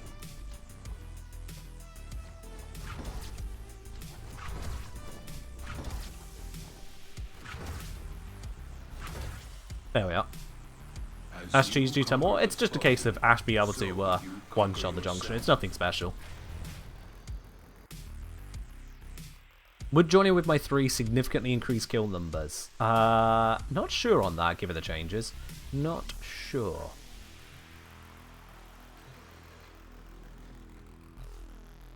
Okay, so Ash, Junction, should be good enough.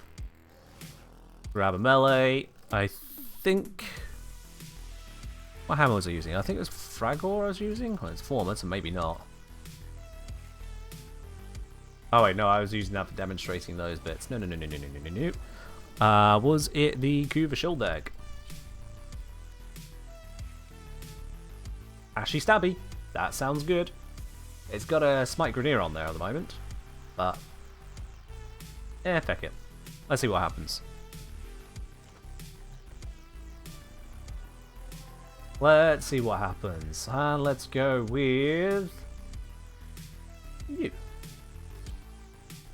Maybe this is the right build, maybe not. We're about to find out.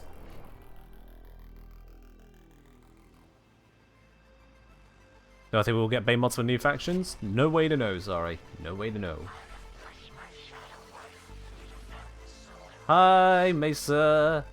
How you doing? That's not a tenno. That's a hollow Warframe. Oh shit, she survived. By infested flesh. Put it There we out go. of its misery.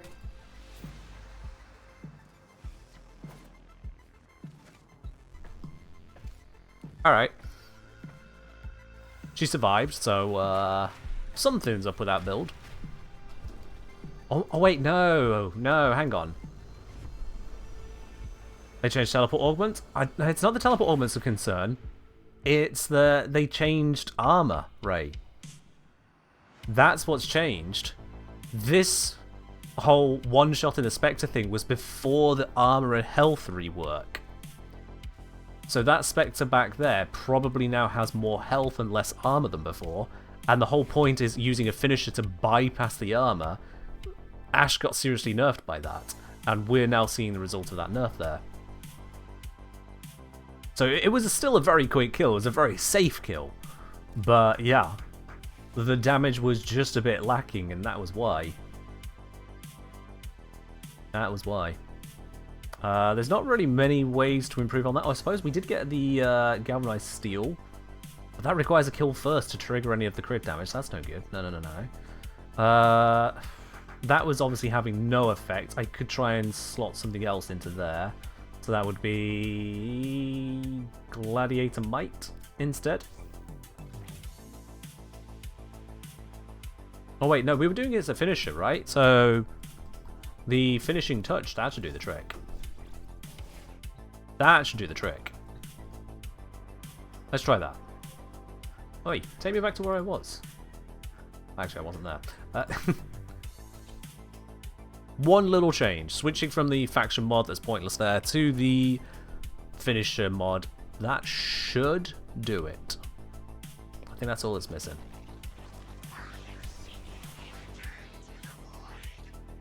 I'm seeking a return to putting your face in the ground. And smack! Oh, really? Come on! That's not a tenno. That's a hollow Warframe being Damn it. inhabited by infested flesh. Put it out of its misery. Maybe it's just Mesa. Maybe Mesa just has that little extra something. Can we just leave, please? I don't need this whole animation. I feel like the 60% did not give that much of an improvement. it didn't feel 60% stronger.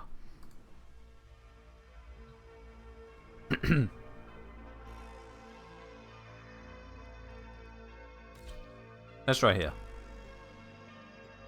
Or maybe because, doesn't it have finisher damage built in from the teleport? Maybe that's why. Because we were adding to that. Invis wouldn't help. I don't know if I'd even have the energy for that. Oh no, I should. I should on this build, yeah. Hi, Sarin. Let's try without the Invis first. Ow. Oh shit. Whew, that was close. She got a shot off on me. Nearly murdered me.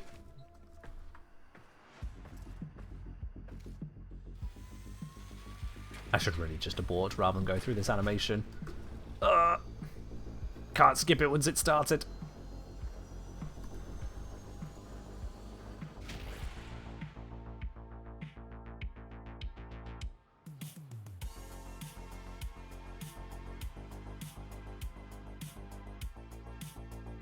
Alright, let's try that.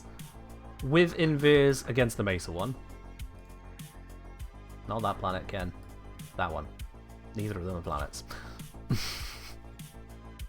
Question for you, Engineer. Have I tested the new gyro augment? I have none, though. That's Mesa. I'm aware this is Mesa. I did say we're going back to Mesa.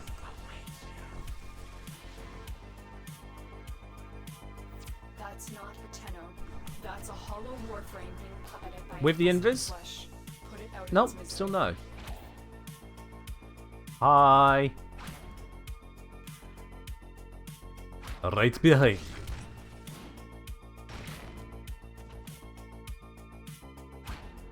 Still don't know why this Mesa doesn't die straight away. Anyway. Still not sure on that one.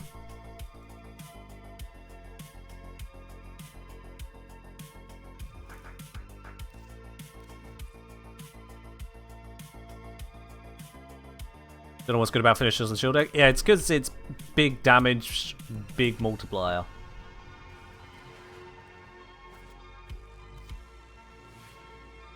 Yeah, if we swap to the Ash Inadem setup, who knows? Maybe that would do something better for us here. Who knows? If I go the old Bladestorm setup, add the Smicroneer, I don't think I have anything I can switch that for. No. Nothing worthwhile.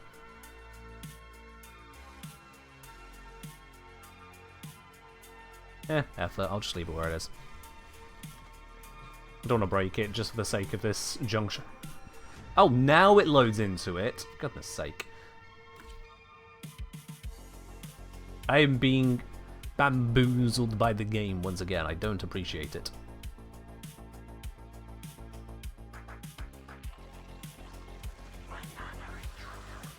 Hi, back to hit you again. That's not a Tenno. That's a hollow Warframe being Oh, puppeted by yep, infested Inadem did flesh. it. Put it out of its misery. Glance around, left to right. What happened? And pop.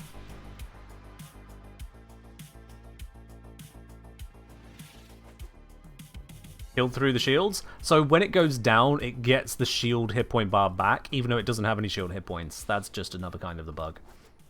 Let's see if this one also one-shots the Sarin then. Maybe Inadem is the way. I mean, I'm not that surprised, I'll be honest. I just thought Shield Leg had something going for it. Evidently not.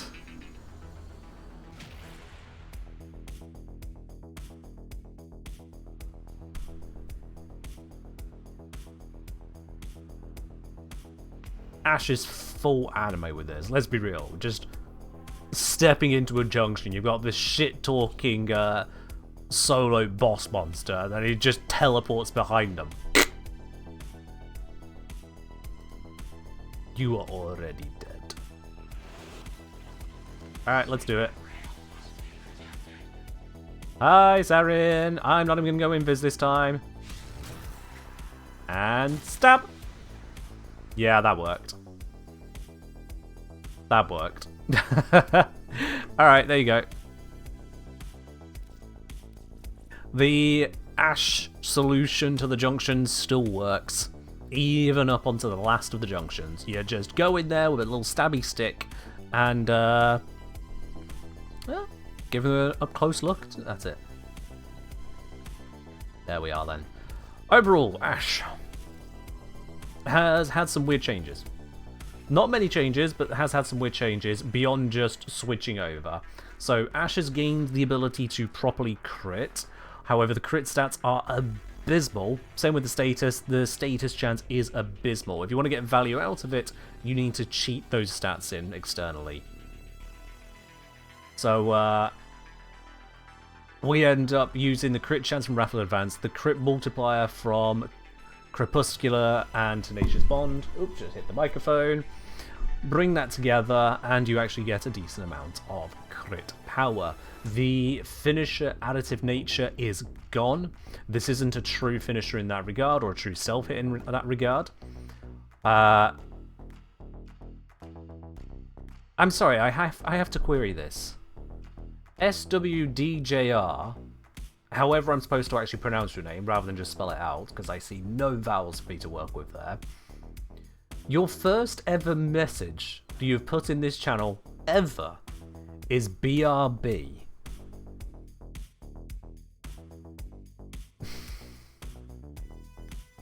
What?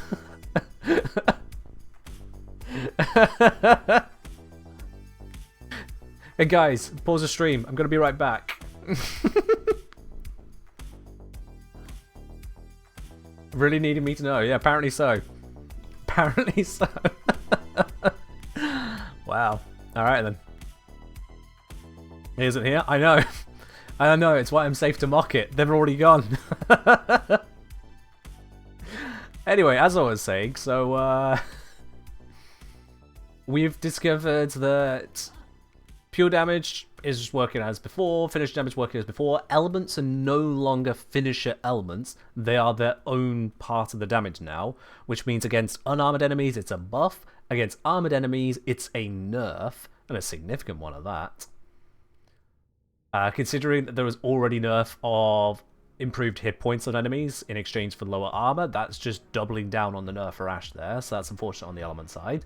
But we do have the buff that attack speed buffs are a significant improvement. Previously, it was a pathetic improvement, to the point that dropping attack speed was completely safe, but now, getting that maximum attack speed bonus is completely worth it. Absolutely, completely worth it.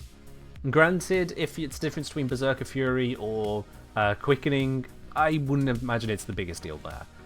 Not a big deal, but not having the attack speed bonus would be a bad idea, especially as Ash is pretty slow to kill.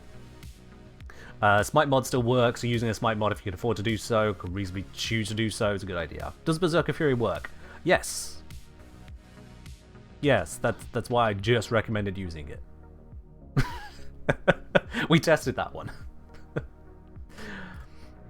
In terms of elements then, I don't think there's really much of a pick to be had, because it's just going to do what it'll do anyway. I suppose the only consideration is maybe a blast setup, because if it triggers the blast proc, you might get a worthwhile explosion. Yeah. Does casting speed affect the clone finishers or no? I didn't test that, but it didn't previously. I don't see any reason it should, especially when attack speed does affect them. Yeah. Does Ash Finisher activate Bass Assist? I haven't tried. So I don't know on that one, sorry. I'd need to get the Bass Assist. Let's try a quick little blast here. I've got 17. If I throw on a 11 and a 6, that should work. There we go. Just out of curiosity, even though it's only a 5% chance of proccing, is there any value in choosing Blast specifically for the, well, explosive result? Let's have a quick looky-loo.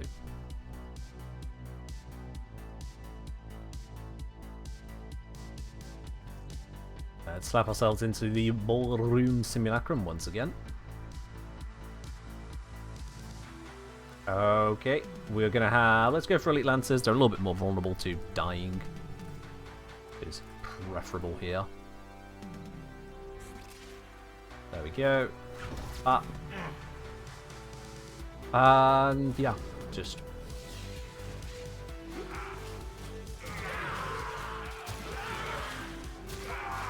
Okay, so the blast is triggering, but...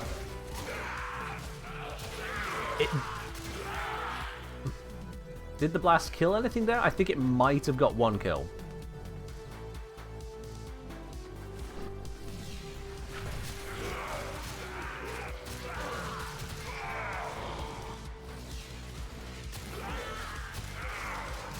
Oh no, okay, with enough damage it is lethal, yeah.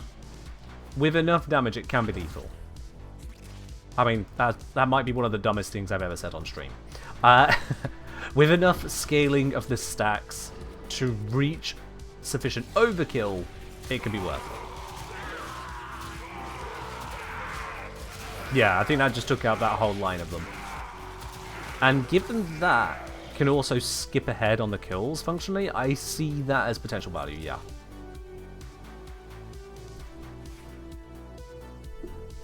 Do you see self-using weapons? Maybe if it would be straight abilities and the Kubro Shade would be a choice, freeing up the arcane slot for a bit of AFK-like build. You're not wrong, actually, yeah. You're not wrong. You could go for Shade or Cuirass on this. Yeah. Ray saying the patch note said that if enemy dies before you use mark, the energy refunded, so you're getting an energy refund. I mean, that could give you energy return with a blast if it takes out something you marked, yes. Because that would just meet the qualifiers. There's nothing really to take from that otherwise. That's just, yeah, they died whilst marked. Get your energy back. Who is next on Primer? It can certainly prime things which are very close by, yes. We are aware of that.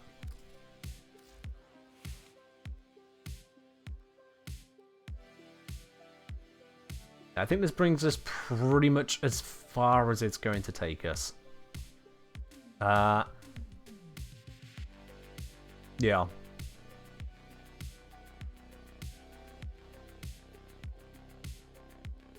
I'm tempted to say swap this out for the 6060, because just that little bit more status again is probably worth more than the extra little bit of heat, because the blast proc can't even scale from it. Yeah. I think the 6060 one there is sensible. That allows me to also bring in the fully ranked Vicious Frost. Yeah. Exactly, Queen, yeah. So the elemental modding doesn't help out in terms of increasing the blast proc. But we still get a lot from Finisher doing just big damn hit. Also, that was with Smite Oregon on there. I could have had Smite Grenier. Yeah. I think that's pretty much the way to go. You can theoretically get more damage with Conditioned Overload and priming, but damage isn't actually the problem when it comes to Ash. It's clear rate. All the rest of the modding is just to try and get him there quick enough for it to matter. Status damage, if you use a blast, is almost an option, but yeah.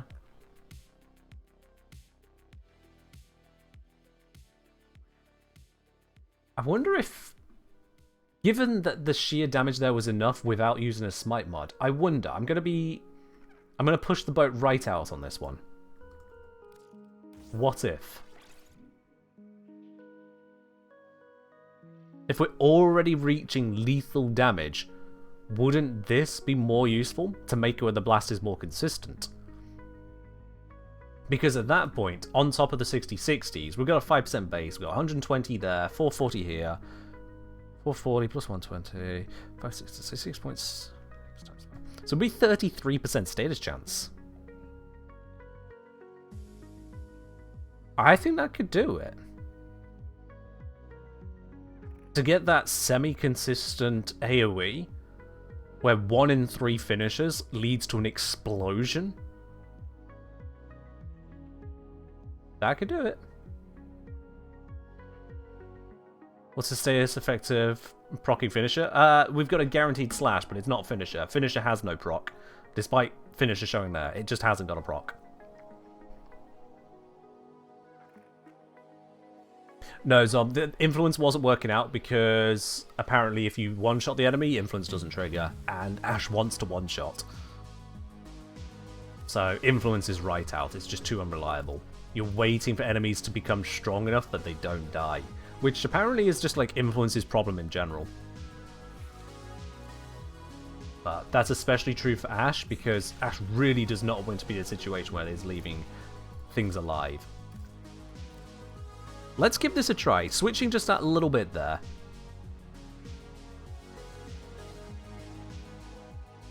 Let's try that last little bit. Let's go for a good old Grineer Slaughterfest. Do love a good Grineer Slaughterfest.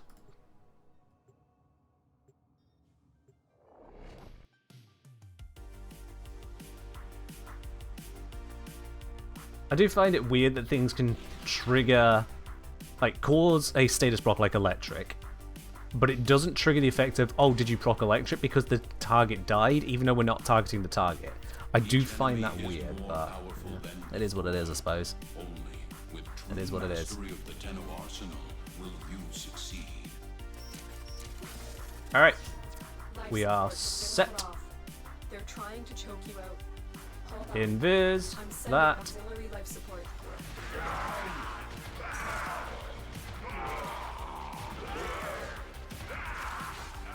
I don't imagine we're going to get much blast at first, simply because Weeping Wounds is not going to be stacked up yet. Okay, no, I saw value right there. And there. I may have found that the status chance has a use. It turns out, if the blast is big enough, it works. I don't think gas would do the same for us because gas is gas, I'll be honest. Maybe it would, but blast certainly seems reliable enough.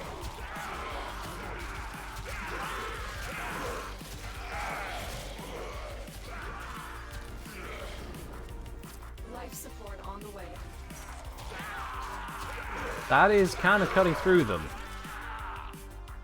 That is kind of cutting through them. That was a very quick run through on that. Berserker Fury is overkill, but then what are you going to replace it with? The only other thing that gets you that full 50% in one mod is Primed Fury, which is taking up even more capacity.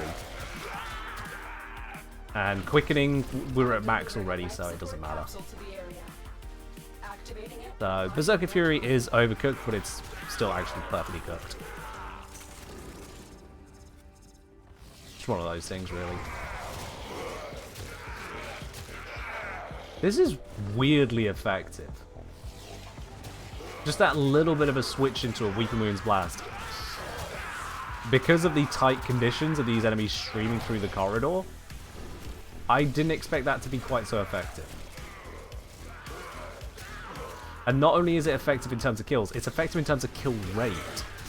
Because every explosion just takes out a whole bunch of marks, we can get onto the next group quicker. Do we add Elementalist? No, because what are we taking out? If ever a blast goes off that doesn't kill the enemies around it, it's a wasted blast. What are we taking out to make that happen?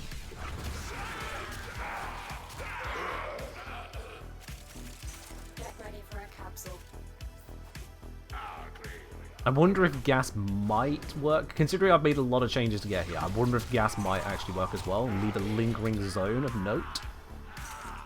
And it's a curious one at this point. Once we get to 5 minutes... Actually, once we've had an Acolyte, I'll go switch to gas. I want to see what happens with an Acolyte. Additional life support has arrived. Yeah, the way to speed up Bladestorm, unironically, is just tight corridor blast, it seems, yeah. Like, we're at 3 minutes in, I'm at 377 kills. That's a pretty damn good rate.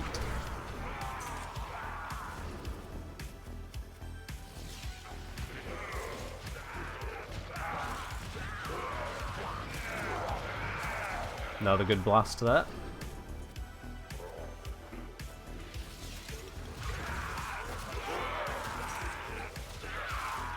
This does seem to be doing the trick. I mean, it's almost like having Mark for Death randomly applied. That's what this blast is. I'm using a random application of Mark for Death, granted with a smaller AoE. Recommended Arcane for Sephiroth Claws? Not sure, I haven't investigated that one yet. It's got better energy sustain as well. Yeah, I mean, the fact that we are spending less energy as a result is definitely a positive. Lower energy per kill.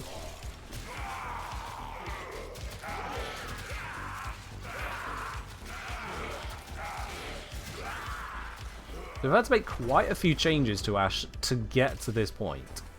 The energy economy has changed. Damage application has changed. Available stat spread has changed. Attack speed significance has changed. Like, there's been a lot of changes. A hell of a lot, and most of them don't pertain to the patch notes. At least if you were just reading the patch notes, you wouldn't infer most of them, or at least I didn't.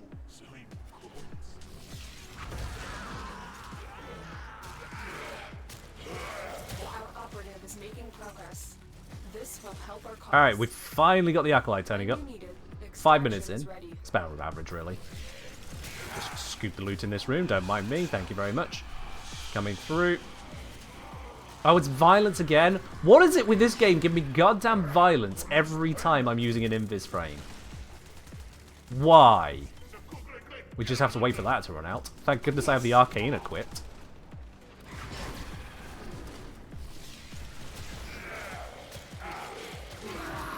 Ow.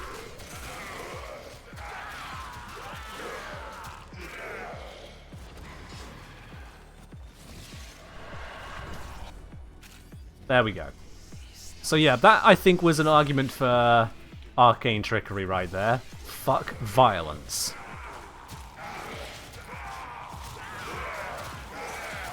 That was definitely an advert for trickery.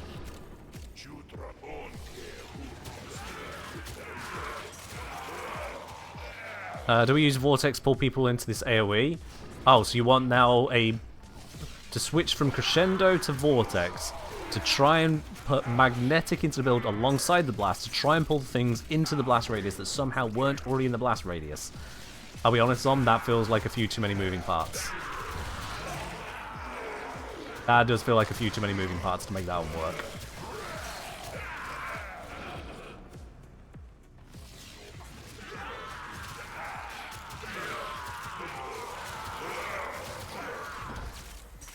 Yeah, the force teleport that some of the Acolytes do, I know why they do it, but it does feel janky rather than threatening, yeah.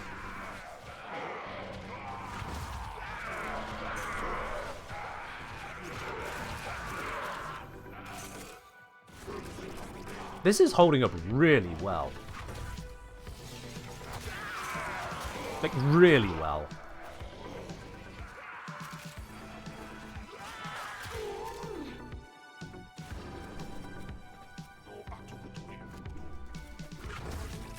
There we go.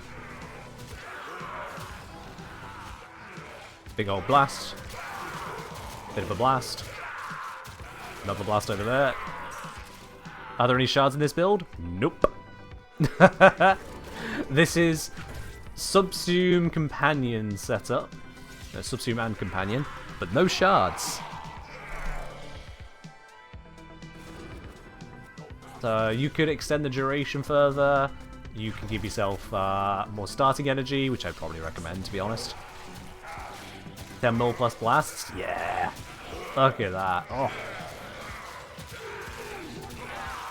Alright. Let's get out of here and try it with gas. Just to round off the test. What's the subsume? Wrathful Advance. In combination with external critical damage multipliers, Arcane Crepuscular, and Tenacious Bond on the Companion, we are able to get quite the output, it seems. My earlier skepticism was not warranted. Or at least not well founded. How does it stack up against Savage Silence? It's just better. It is just better. Because we can stack enough crit damage bonuses, and because it buffs up status procs where Savage Silence does not, it ends up just better. Which is... it surprises me. It really surprises me. As I'm saying, it feels like we should be able to use something other than Crescendo. You can. The other two options are melee exposure, but that is going to then start to wash out your blast or gas procs with this particular setup. Or you can use melee, what's it? Whatever the one gives you armor. But we don't need the armor, so it really comes back to that. Duplicate apparently doesn't even work, and also we are well overshooting the crit limits. Retaliation, thank you. If that's the one. No, fortification. What's retaliation? Retaliation? Oh, screw that one, no. Just a bit of extra damage? No. No, no, no, no, no, no, no. Because Ash's shields are 465. So that would give you about 60-ish. Yeah, somewhere like 69 maybe % bonus. You're probably going to equip it just for me having said that now, aren't you? It's really not that good. I think the comfort of Crescendo or the power of Exposure is going to be the best options there.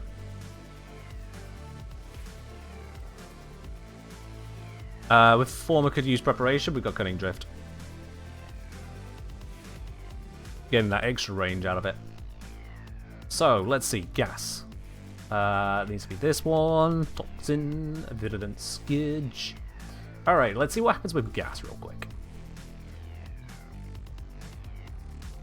Doesn't even have fractional scaling. Oh, doesn't it? Oh, my bad. I misremembered on that one. I thought it was fractional. That's even worse.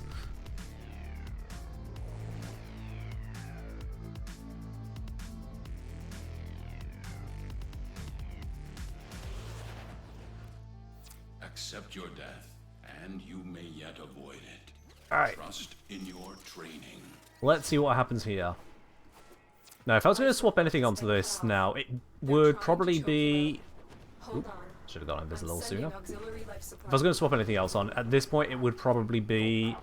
bollocks. To go for status duration rather than damage. To make the gas clouds last longer. Let's get to the point where we can get the gas clouds. That requires us to reach maximum combo. Once we hit maximum combo, we'll be at the highest status chance. Okay.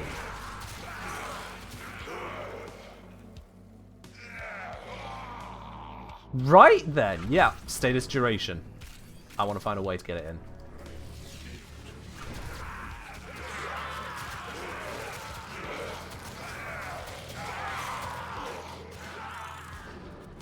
The closer I can kill them to the spawn area, the longer and better I'll have spawn kills.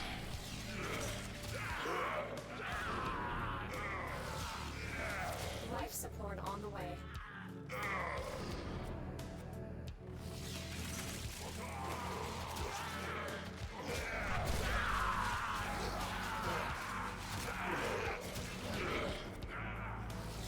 This is pretty beautiful. Will I drop finishing touch more status duration? That would be a big damage drop, I think. I don't know if status duration is worth that much, because we can just kill. We want to make sure we get the kills. Activating it will buy you more time.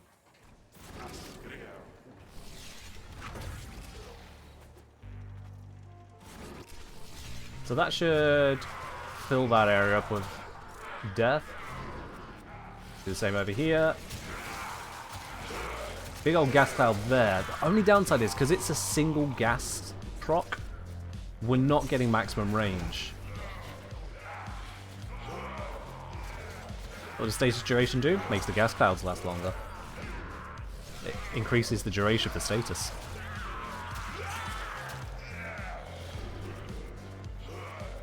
But yeah, gas is so hamstrung in various parts of its design. gas is so hamstrung in those parts of design because it's limited to 10 stacks, so you want a lower number of stacks.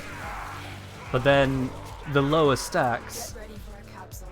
Oh, sorry, the increase in stacks is needed to increase the range a bit. So do they want us to increase the stacks to max or not? Elementalist isn't even in? Yeah. So this is one of those moments where I'm like, do we even need Elementalist? Do we want more damage or do we want more utility?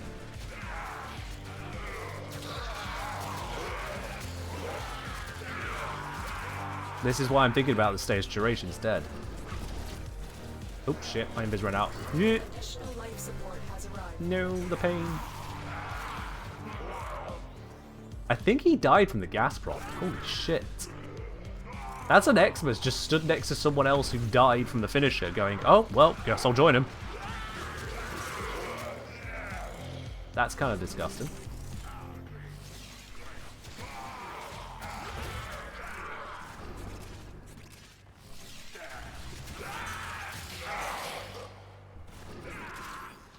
Deadly farts? Yeah, I'm actually just a Taco Bell dispenser right now. We've given the Grenier a change of diet.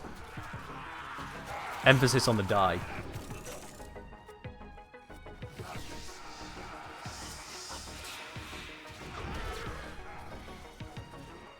Okay, it's Malice this time. So that's good. How's Malice faring against us? Not very well. It turns out not very well at all. Ash committing more war crimes than before? Yeah, Ash went on a date with Saren. Learned a few tricks.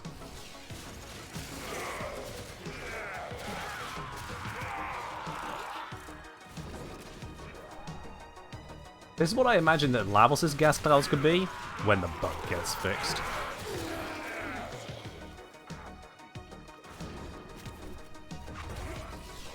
I'm going to say, so in the end, the stream has mostly been, there are many ways to skin a combat songs you Ash, they're all valid. Okay, Ash does a lot of damage. What can you do instead of just more damage? Because that might actually be more helpful.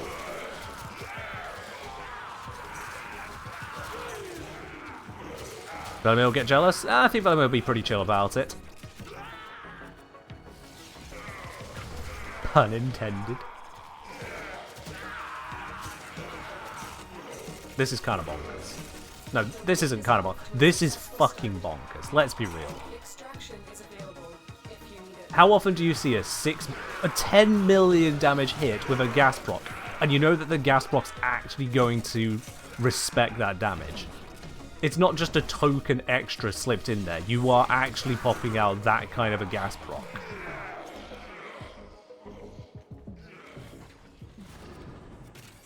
Like, this is feeding the entire Grenier army just all the protein shakes level of gas proc. This isn't just a war crime. This survival mission is going to be at double the life support drain, just keeping up with the toxic gases.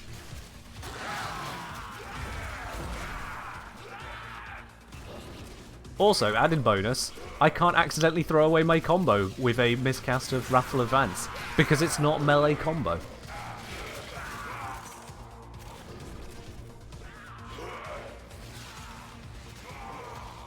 We need Scaldra Ashkin. After this, they might get one.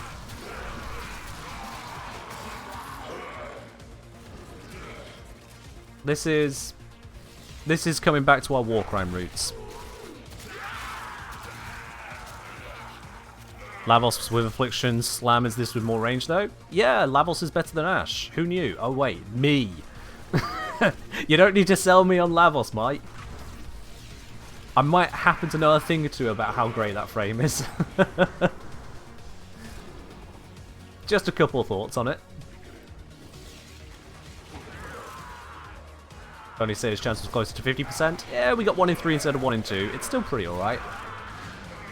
To say, even if the status doesn't proc, the main target just perishes. Ain't too shabby. But war would be nice, I know. If you really want more, get a Citrine in the squad, I suppose.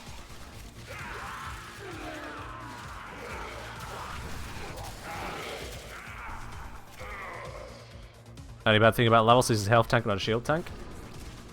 Honestly, I can't tell if I should be upset with you for shield gate purposes or be upset with you for sounding like a Caldari. It may be the wrong game at that point, but it still sounds like the same kind of propaganda, and I will not stand for it. Squids in their shield tank can shove it, and that applies in Warframe too. Oops, let my crits run out. My bad. He died, but it wasn't a critical death, and that's just embarrassing. Would Proton Snap's flat buff be good here? Good question. Flat buff? Hold on. Warframe Wiki Proton Snap. Remind me of that real quick. Melee item. Okay, hold wall latch for a couple seconds to gain toxin damage and status chance. But we don't want the toxin. We don't want the toxin.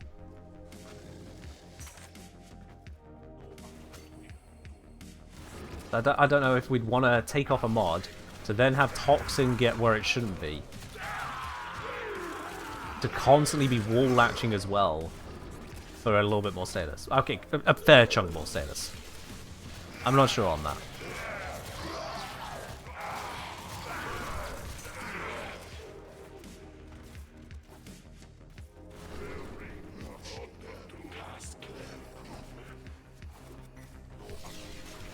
Ah.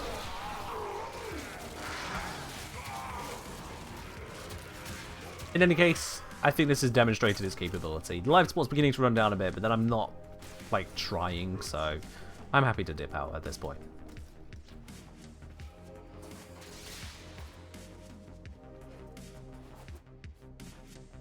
Toxin combined. Oh yeah, toxin combined into gas. I'm not using blast now, I'm using gas. Okay, not as terrible then. Might be worthwhile. There is still the upkeep matter on it. What was the duration on Proton Snap again? It was 20 seconds. That's not terrible, but I don't like it. Because that means wall latching 10% of the time. Okay, theoretically yes, but I've said this many a time in my guides. I like to play a bit more casual, so you know what? Yeah, you're correct. It does sound like it'll work, and I don't like it. Is the summary I can give you on that. It probably slaps shots. In what way? It's still going to run out. It's not like... I know that Bladestorm lasts quite a while, but it's not going to be that much of a focus. Because that can also snapshot in the negative direction if you mistime your casting.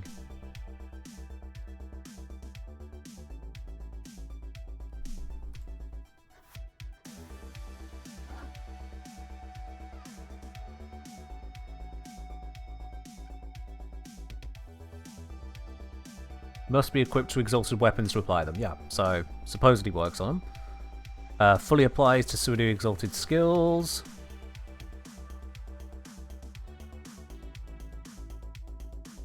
Yeah, seems like it should work. That's a weird one. That is a weird one. So we can't give Ash Loki's passive for Proton Snap? I mean, you don't need to be holding longer. You only need to hold for 2 seconds. I can do much action after sending clones on a killing spree? Yeah, you're finding the next group to kill. You're picking up the loot.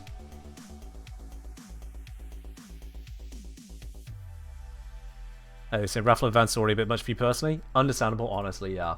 So you got Raffle Advance already every 13 seconds here. You're recasting this as you go around, and make sure to paint the enemies in a sensible manner to actually cover them. You may need to use Smokescreen, either if you're not using, what do you call it?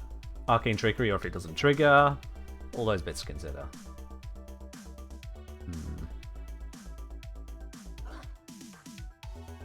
That is ridiculous. Yep. As I say, honestly, since we're running completely invisible, would losing Finishing Touch for status duration or Galvanized Elementalist even be that big of a loss? It's hard to say. Let's see. So, dropping that for You're saying galvanize elementalist, which would give us damage and status chance, or just go status duration. Let's see. Status duration might be the one. Holy shit, that's a 16 drain bronze mod? That looks weird. Sorry, of all the things for me to latch onto right now, 16 drain bronze mod? What? Okay. But yeah, it could slot over covert lethality. We do lose quite a bit of our damage multiplier there, I'm not sure. Oh, then we have been murdering already, so maybe it's fine. How about the magnetic melee arcane? Was it tested to pull enemies into range of clouds? We need to replace the arcane and replace the mod to get the magnetic, to pull the enemies in, to maybe get the gas clouds to trigger in the right place. Not sure on that. Or drop finishing touch first? You would, yeah. I'm just looking at capacity issues. Although I suppose I could just throw a former in there, you know, just do ba ba ba ba ba ba, and you go. Former on, bap. And we're Gucci. Right then, there we are. Yeah. That one just kind of hit me. Oh. Thanks, Ray. Thanks, Over. Thanks, Squarebow. Thanks, Moon. Thanks, Gaskin. Thanks, Galjade. Thanks, Notimus. Thanks, Salvatore. I could have just moved that to Weeping's wound spot. Doesn't look like it makes a difference to me.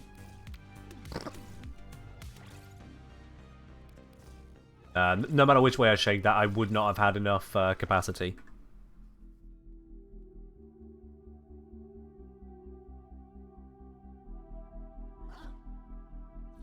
Not much of an option there's on because we're using Arcane Trickery and Crepuscular. This one has to stay, and this one is doing us a very, very good job for maintaining our energy and also dealing with violence.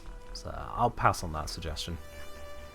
Or sneeze up a lung. My sneezes are always heavy sneezes. I don't sneeze calmly. You'll never get a little from me. No. If I need to sneeze, my body decides, well, I suppose if we're going to do it, we're going to do it right. BAM! Excuse me whilst I just blow out the wall at every speaker in a 5-mile radius. Don't mind me. I get into a sneezing fit. There is a genuine risk I might just throw myself inside out. It's not intentional, there's no control on it, and trying to hold back on it is just likely to blow my eyeballs out my face. Accept your death. Yeah. Body decides it needs to do an exercise? Yeah, exercise, but not the way you've spelt it. I'm getting rid of demons with my sneezes. You have sunlight sneeze at the same intensity? Oh yeah, I have that too. I do have photic sneezing. Believe you me, it is not pretty. It is not pretty. Alright, so let's get this scaled up. Got this nice lovely starting room again. Do appreciate the game giving me that. As soon as we start hitting those proper gas clouds... Oh, I think that was one of them.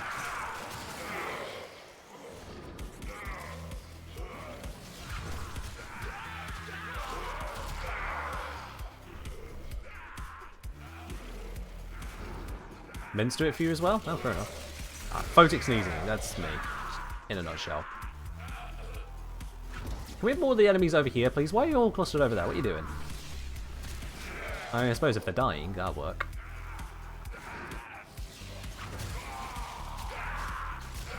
Yep, that'll work. Look at that! Oh, they're the most ridiculous thing. That's Ash doing that. What the fuck?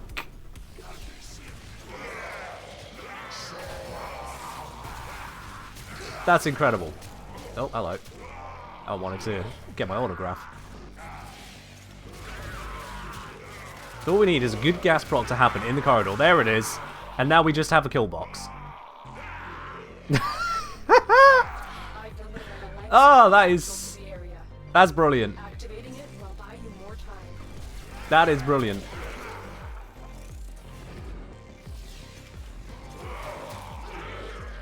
Holy.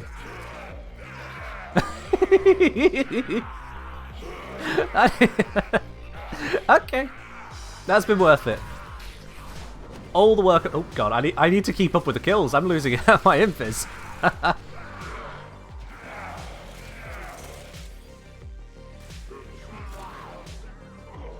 Glass Gambit? Yeah, you know what? There we are. That's the video title. The Gas Gambit. Am I proccing gas consistently? By just pumping up the status chance. It's literally that. I've got 260 mods of Weeping Wounds, and it works.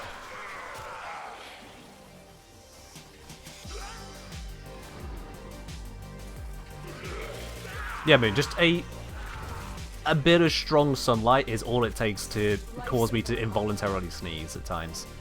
Hell, I have sneezed before now when just I've had a whiteout on my computer screen unexpectedly. It's not even expectation, but it can help.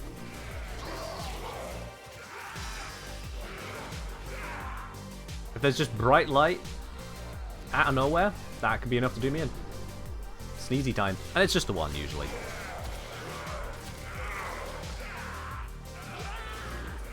Oh, this is a ridiculous build. I like this.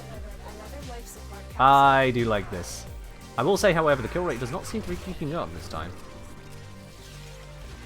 No, my kills are there. Where's my life support? Have I been picking up life support incorrectly? Because I've got the kills. Where's my life support? Why was that not even marked? Hello, DE. Why was that life support module not marked? This one is, thank goodness.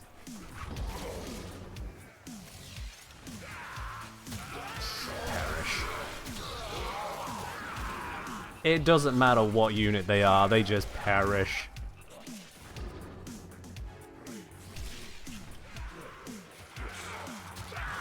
Yeah, Ellie, I think the guess medically is that photic sneezing happens as a result of the brain incorrectly processing the sudden bright light as basically some kind of sensory intrusion. So rather than it going, oh, we need to blink at this, we need to squint at this, it goes, oh, we need to sneeze at this. It's just a crisscross in the processing. Okay, I just gas proc angst. Yep. Technically, I just one-shot angst with that. I technically can one-shot an acolyte with this setup. There we go. Guys, instantly adjust? I mean, I do live and work in an office, so not really. I'm a hobbit and a hermit. But beyond that, oh, it's beautiful. It looks like they all fall as one to the stab, but it's actually the gas cloud, which is just low render because I turn it down here. Angst crop dusted to death. They crop dusted themselves.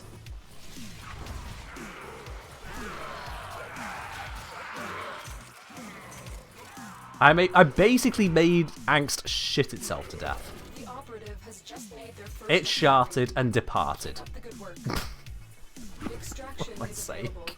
if you Oh dear. Want to use it for energy sustain? Death? Actually, I'm using 60% increased efficiency using fleeting expertise. So I have a very low energy demand. I have got Xeneric on if I need it, but turns out outside the very start, doesn't seem necessary. Gremlin Ken? Yeah. The stream's been going long enough, hasn't it? I suppose I should just exit the mission and, yeah.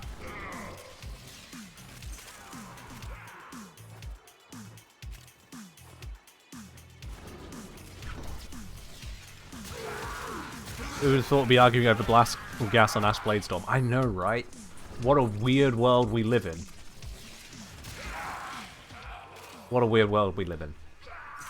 Alright, let's get out of this mission. We have demonstrated what Ash is capable of.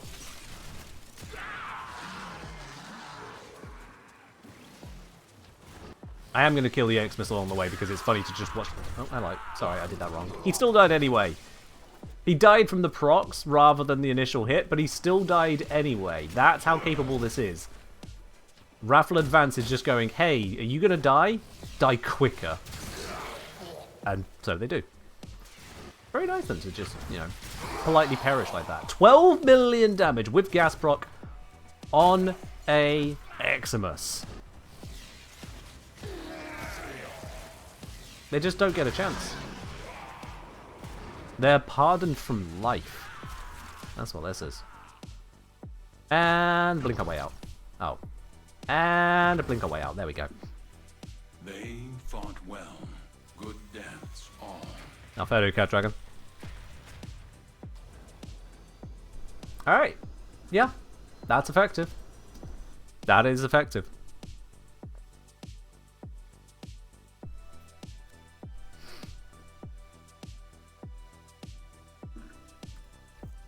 Alright then. I think it's about time we have a platinum giveaway. If you'd like a chance to win some plat, exclamation mark ticket in the chat. We'll be doing the draw on that one in just a moment. It's 75 plat going out to any one person who may win here today. Let's see who it's going to be. Give you all a minute to grab that ticket if you haven't already done so. To be clear, it's open to any viewer so long as you've got a Twitch account. So it doesn't matter if you're on PC, Switch, Xbox, PlayStation, or mobile. It doesn't matter if you're a subscriber or if this is your very first message on the channel. Any one of you can indeed be a winner. Thank you for the hydrate there as well, Medieval Fox. Ooh. Now, of course, if you are entering this giveaway and you're not already following the channel, then come on. Come on, it's free. What's holding you back? You can hit the follow button. And whilst you're at it as well, if you do enjoy what I do on this channel, snarkiness aside, or maybe for the snarkiness, I don't know what your tastes are, consider hitting that subscribe button as well. Any of you may not have noticed when the follow comes through, it does pop up at the top of the screen there as well. Oh my god! Wait, are they here? Kengineer. Thank you, Ali. I always like that voice clip. A genuine voice clip, no less. Absolute genuine one. There's a brilliant response from them. Anywho. From Piparox. Hey man, Ash gave me some trouble. When I opened Relics in the second round, Ash's Bladestorm got bugged like is pressed without marking mobs. Oh, okay. Exclamation mark bug. There'll be a link there for you to be able to report that so it doesn't have to happen to more people. Absolutely. Best voice clip? It is a nice one, isn't it? It is a nice one. The genuine excitement of Reb and Megan realizing I was there in the chat. Was it from a dev stream? It was from a prime time. It was from a prime time where they were in the midst of just asking for people who wanted to join the mission, just send them a message, and I followed up myself. I just put a little, was whatever message they were asking for, I just gave the message, and yeah, just moments after it pops through, people, others on the stream can see it blinking away, the Kengineer. Rebs looks down and, oh my gosh, the Kengineer! And you get Meg follow up, wait, are they here? Kengineer! It's blessed. Absolutely blessed. Love it. I consider that one of the most, one of the most affirming moments or validated moments for the work I do as a creator. Going from the players love it to shit, even the devs are bouncing in their seat. Okay, fair enough. Things are going alright. How exactly does the Ash build work? Step 1, mark enemies. Step 2, they fart to death. Pretty much. I will be doing a guide on this. I think what I'm going to be doing is I'm going to be carefully investigating each of the static frames, and they're going to get individual videos so there can be a proper focus on them rather than trying to compile it all into one video.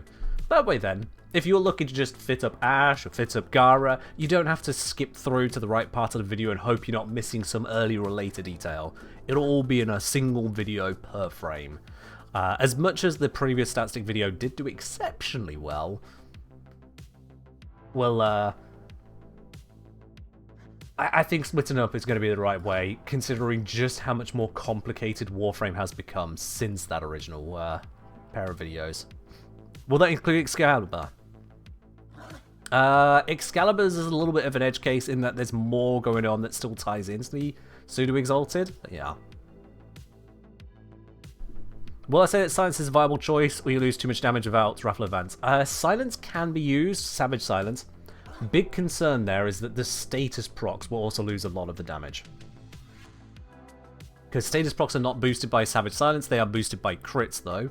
So, shaking that all up. It doesn't, excuse me, doesn't sound good, I'll be honest. Doesn't sound good.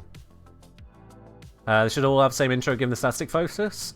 It'll depend on what needs to come up about them. I might end up doing like fuller guides per frame rather than just a stat stick focus. Kind of like how I did Korra Venari stat stick in its one guide. I might just do that going forwards for Ash, Atlas, Gara, what have you. Yeah, I think that'll be the way to do it. What do you think about the new Corvix augment? I haven't used it myself, but I have seen people using it on Reddit and going, basically showing Wisp how it's done, so that does look good. That does look good.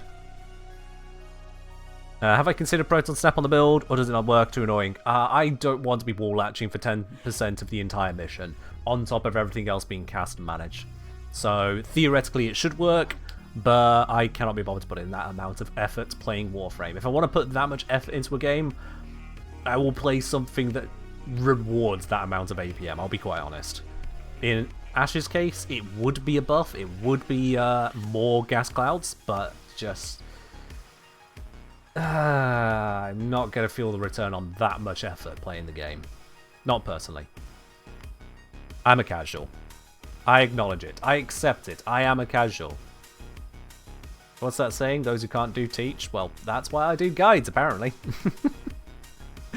Anyway, let's do the giveaway now, shall we? Let's close up the entries on that. Let's just find that. There we go. Close the entries. Alright then. If you haven't already grabbed the ticket, tough.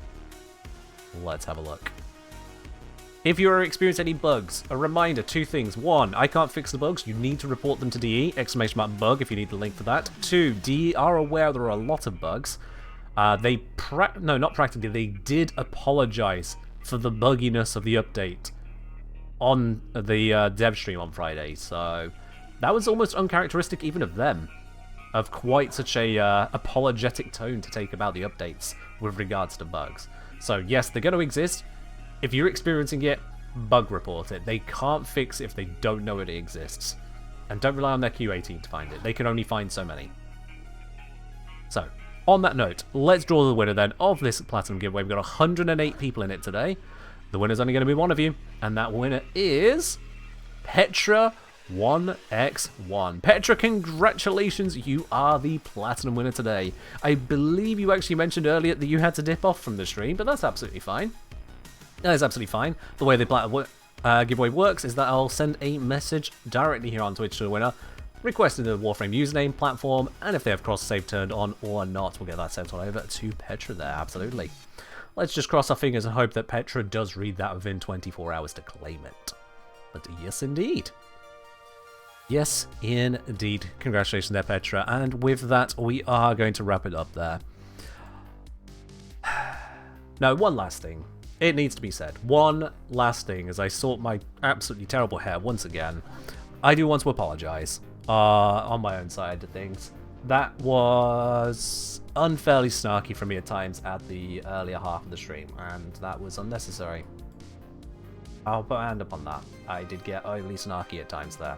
It's frustrating, yes, at times, the way some messages can be received. And any assistance from y'all's side on that is appreciated.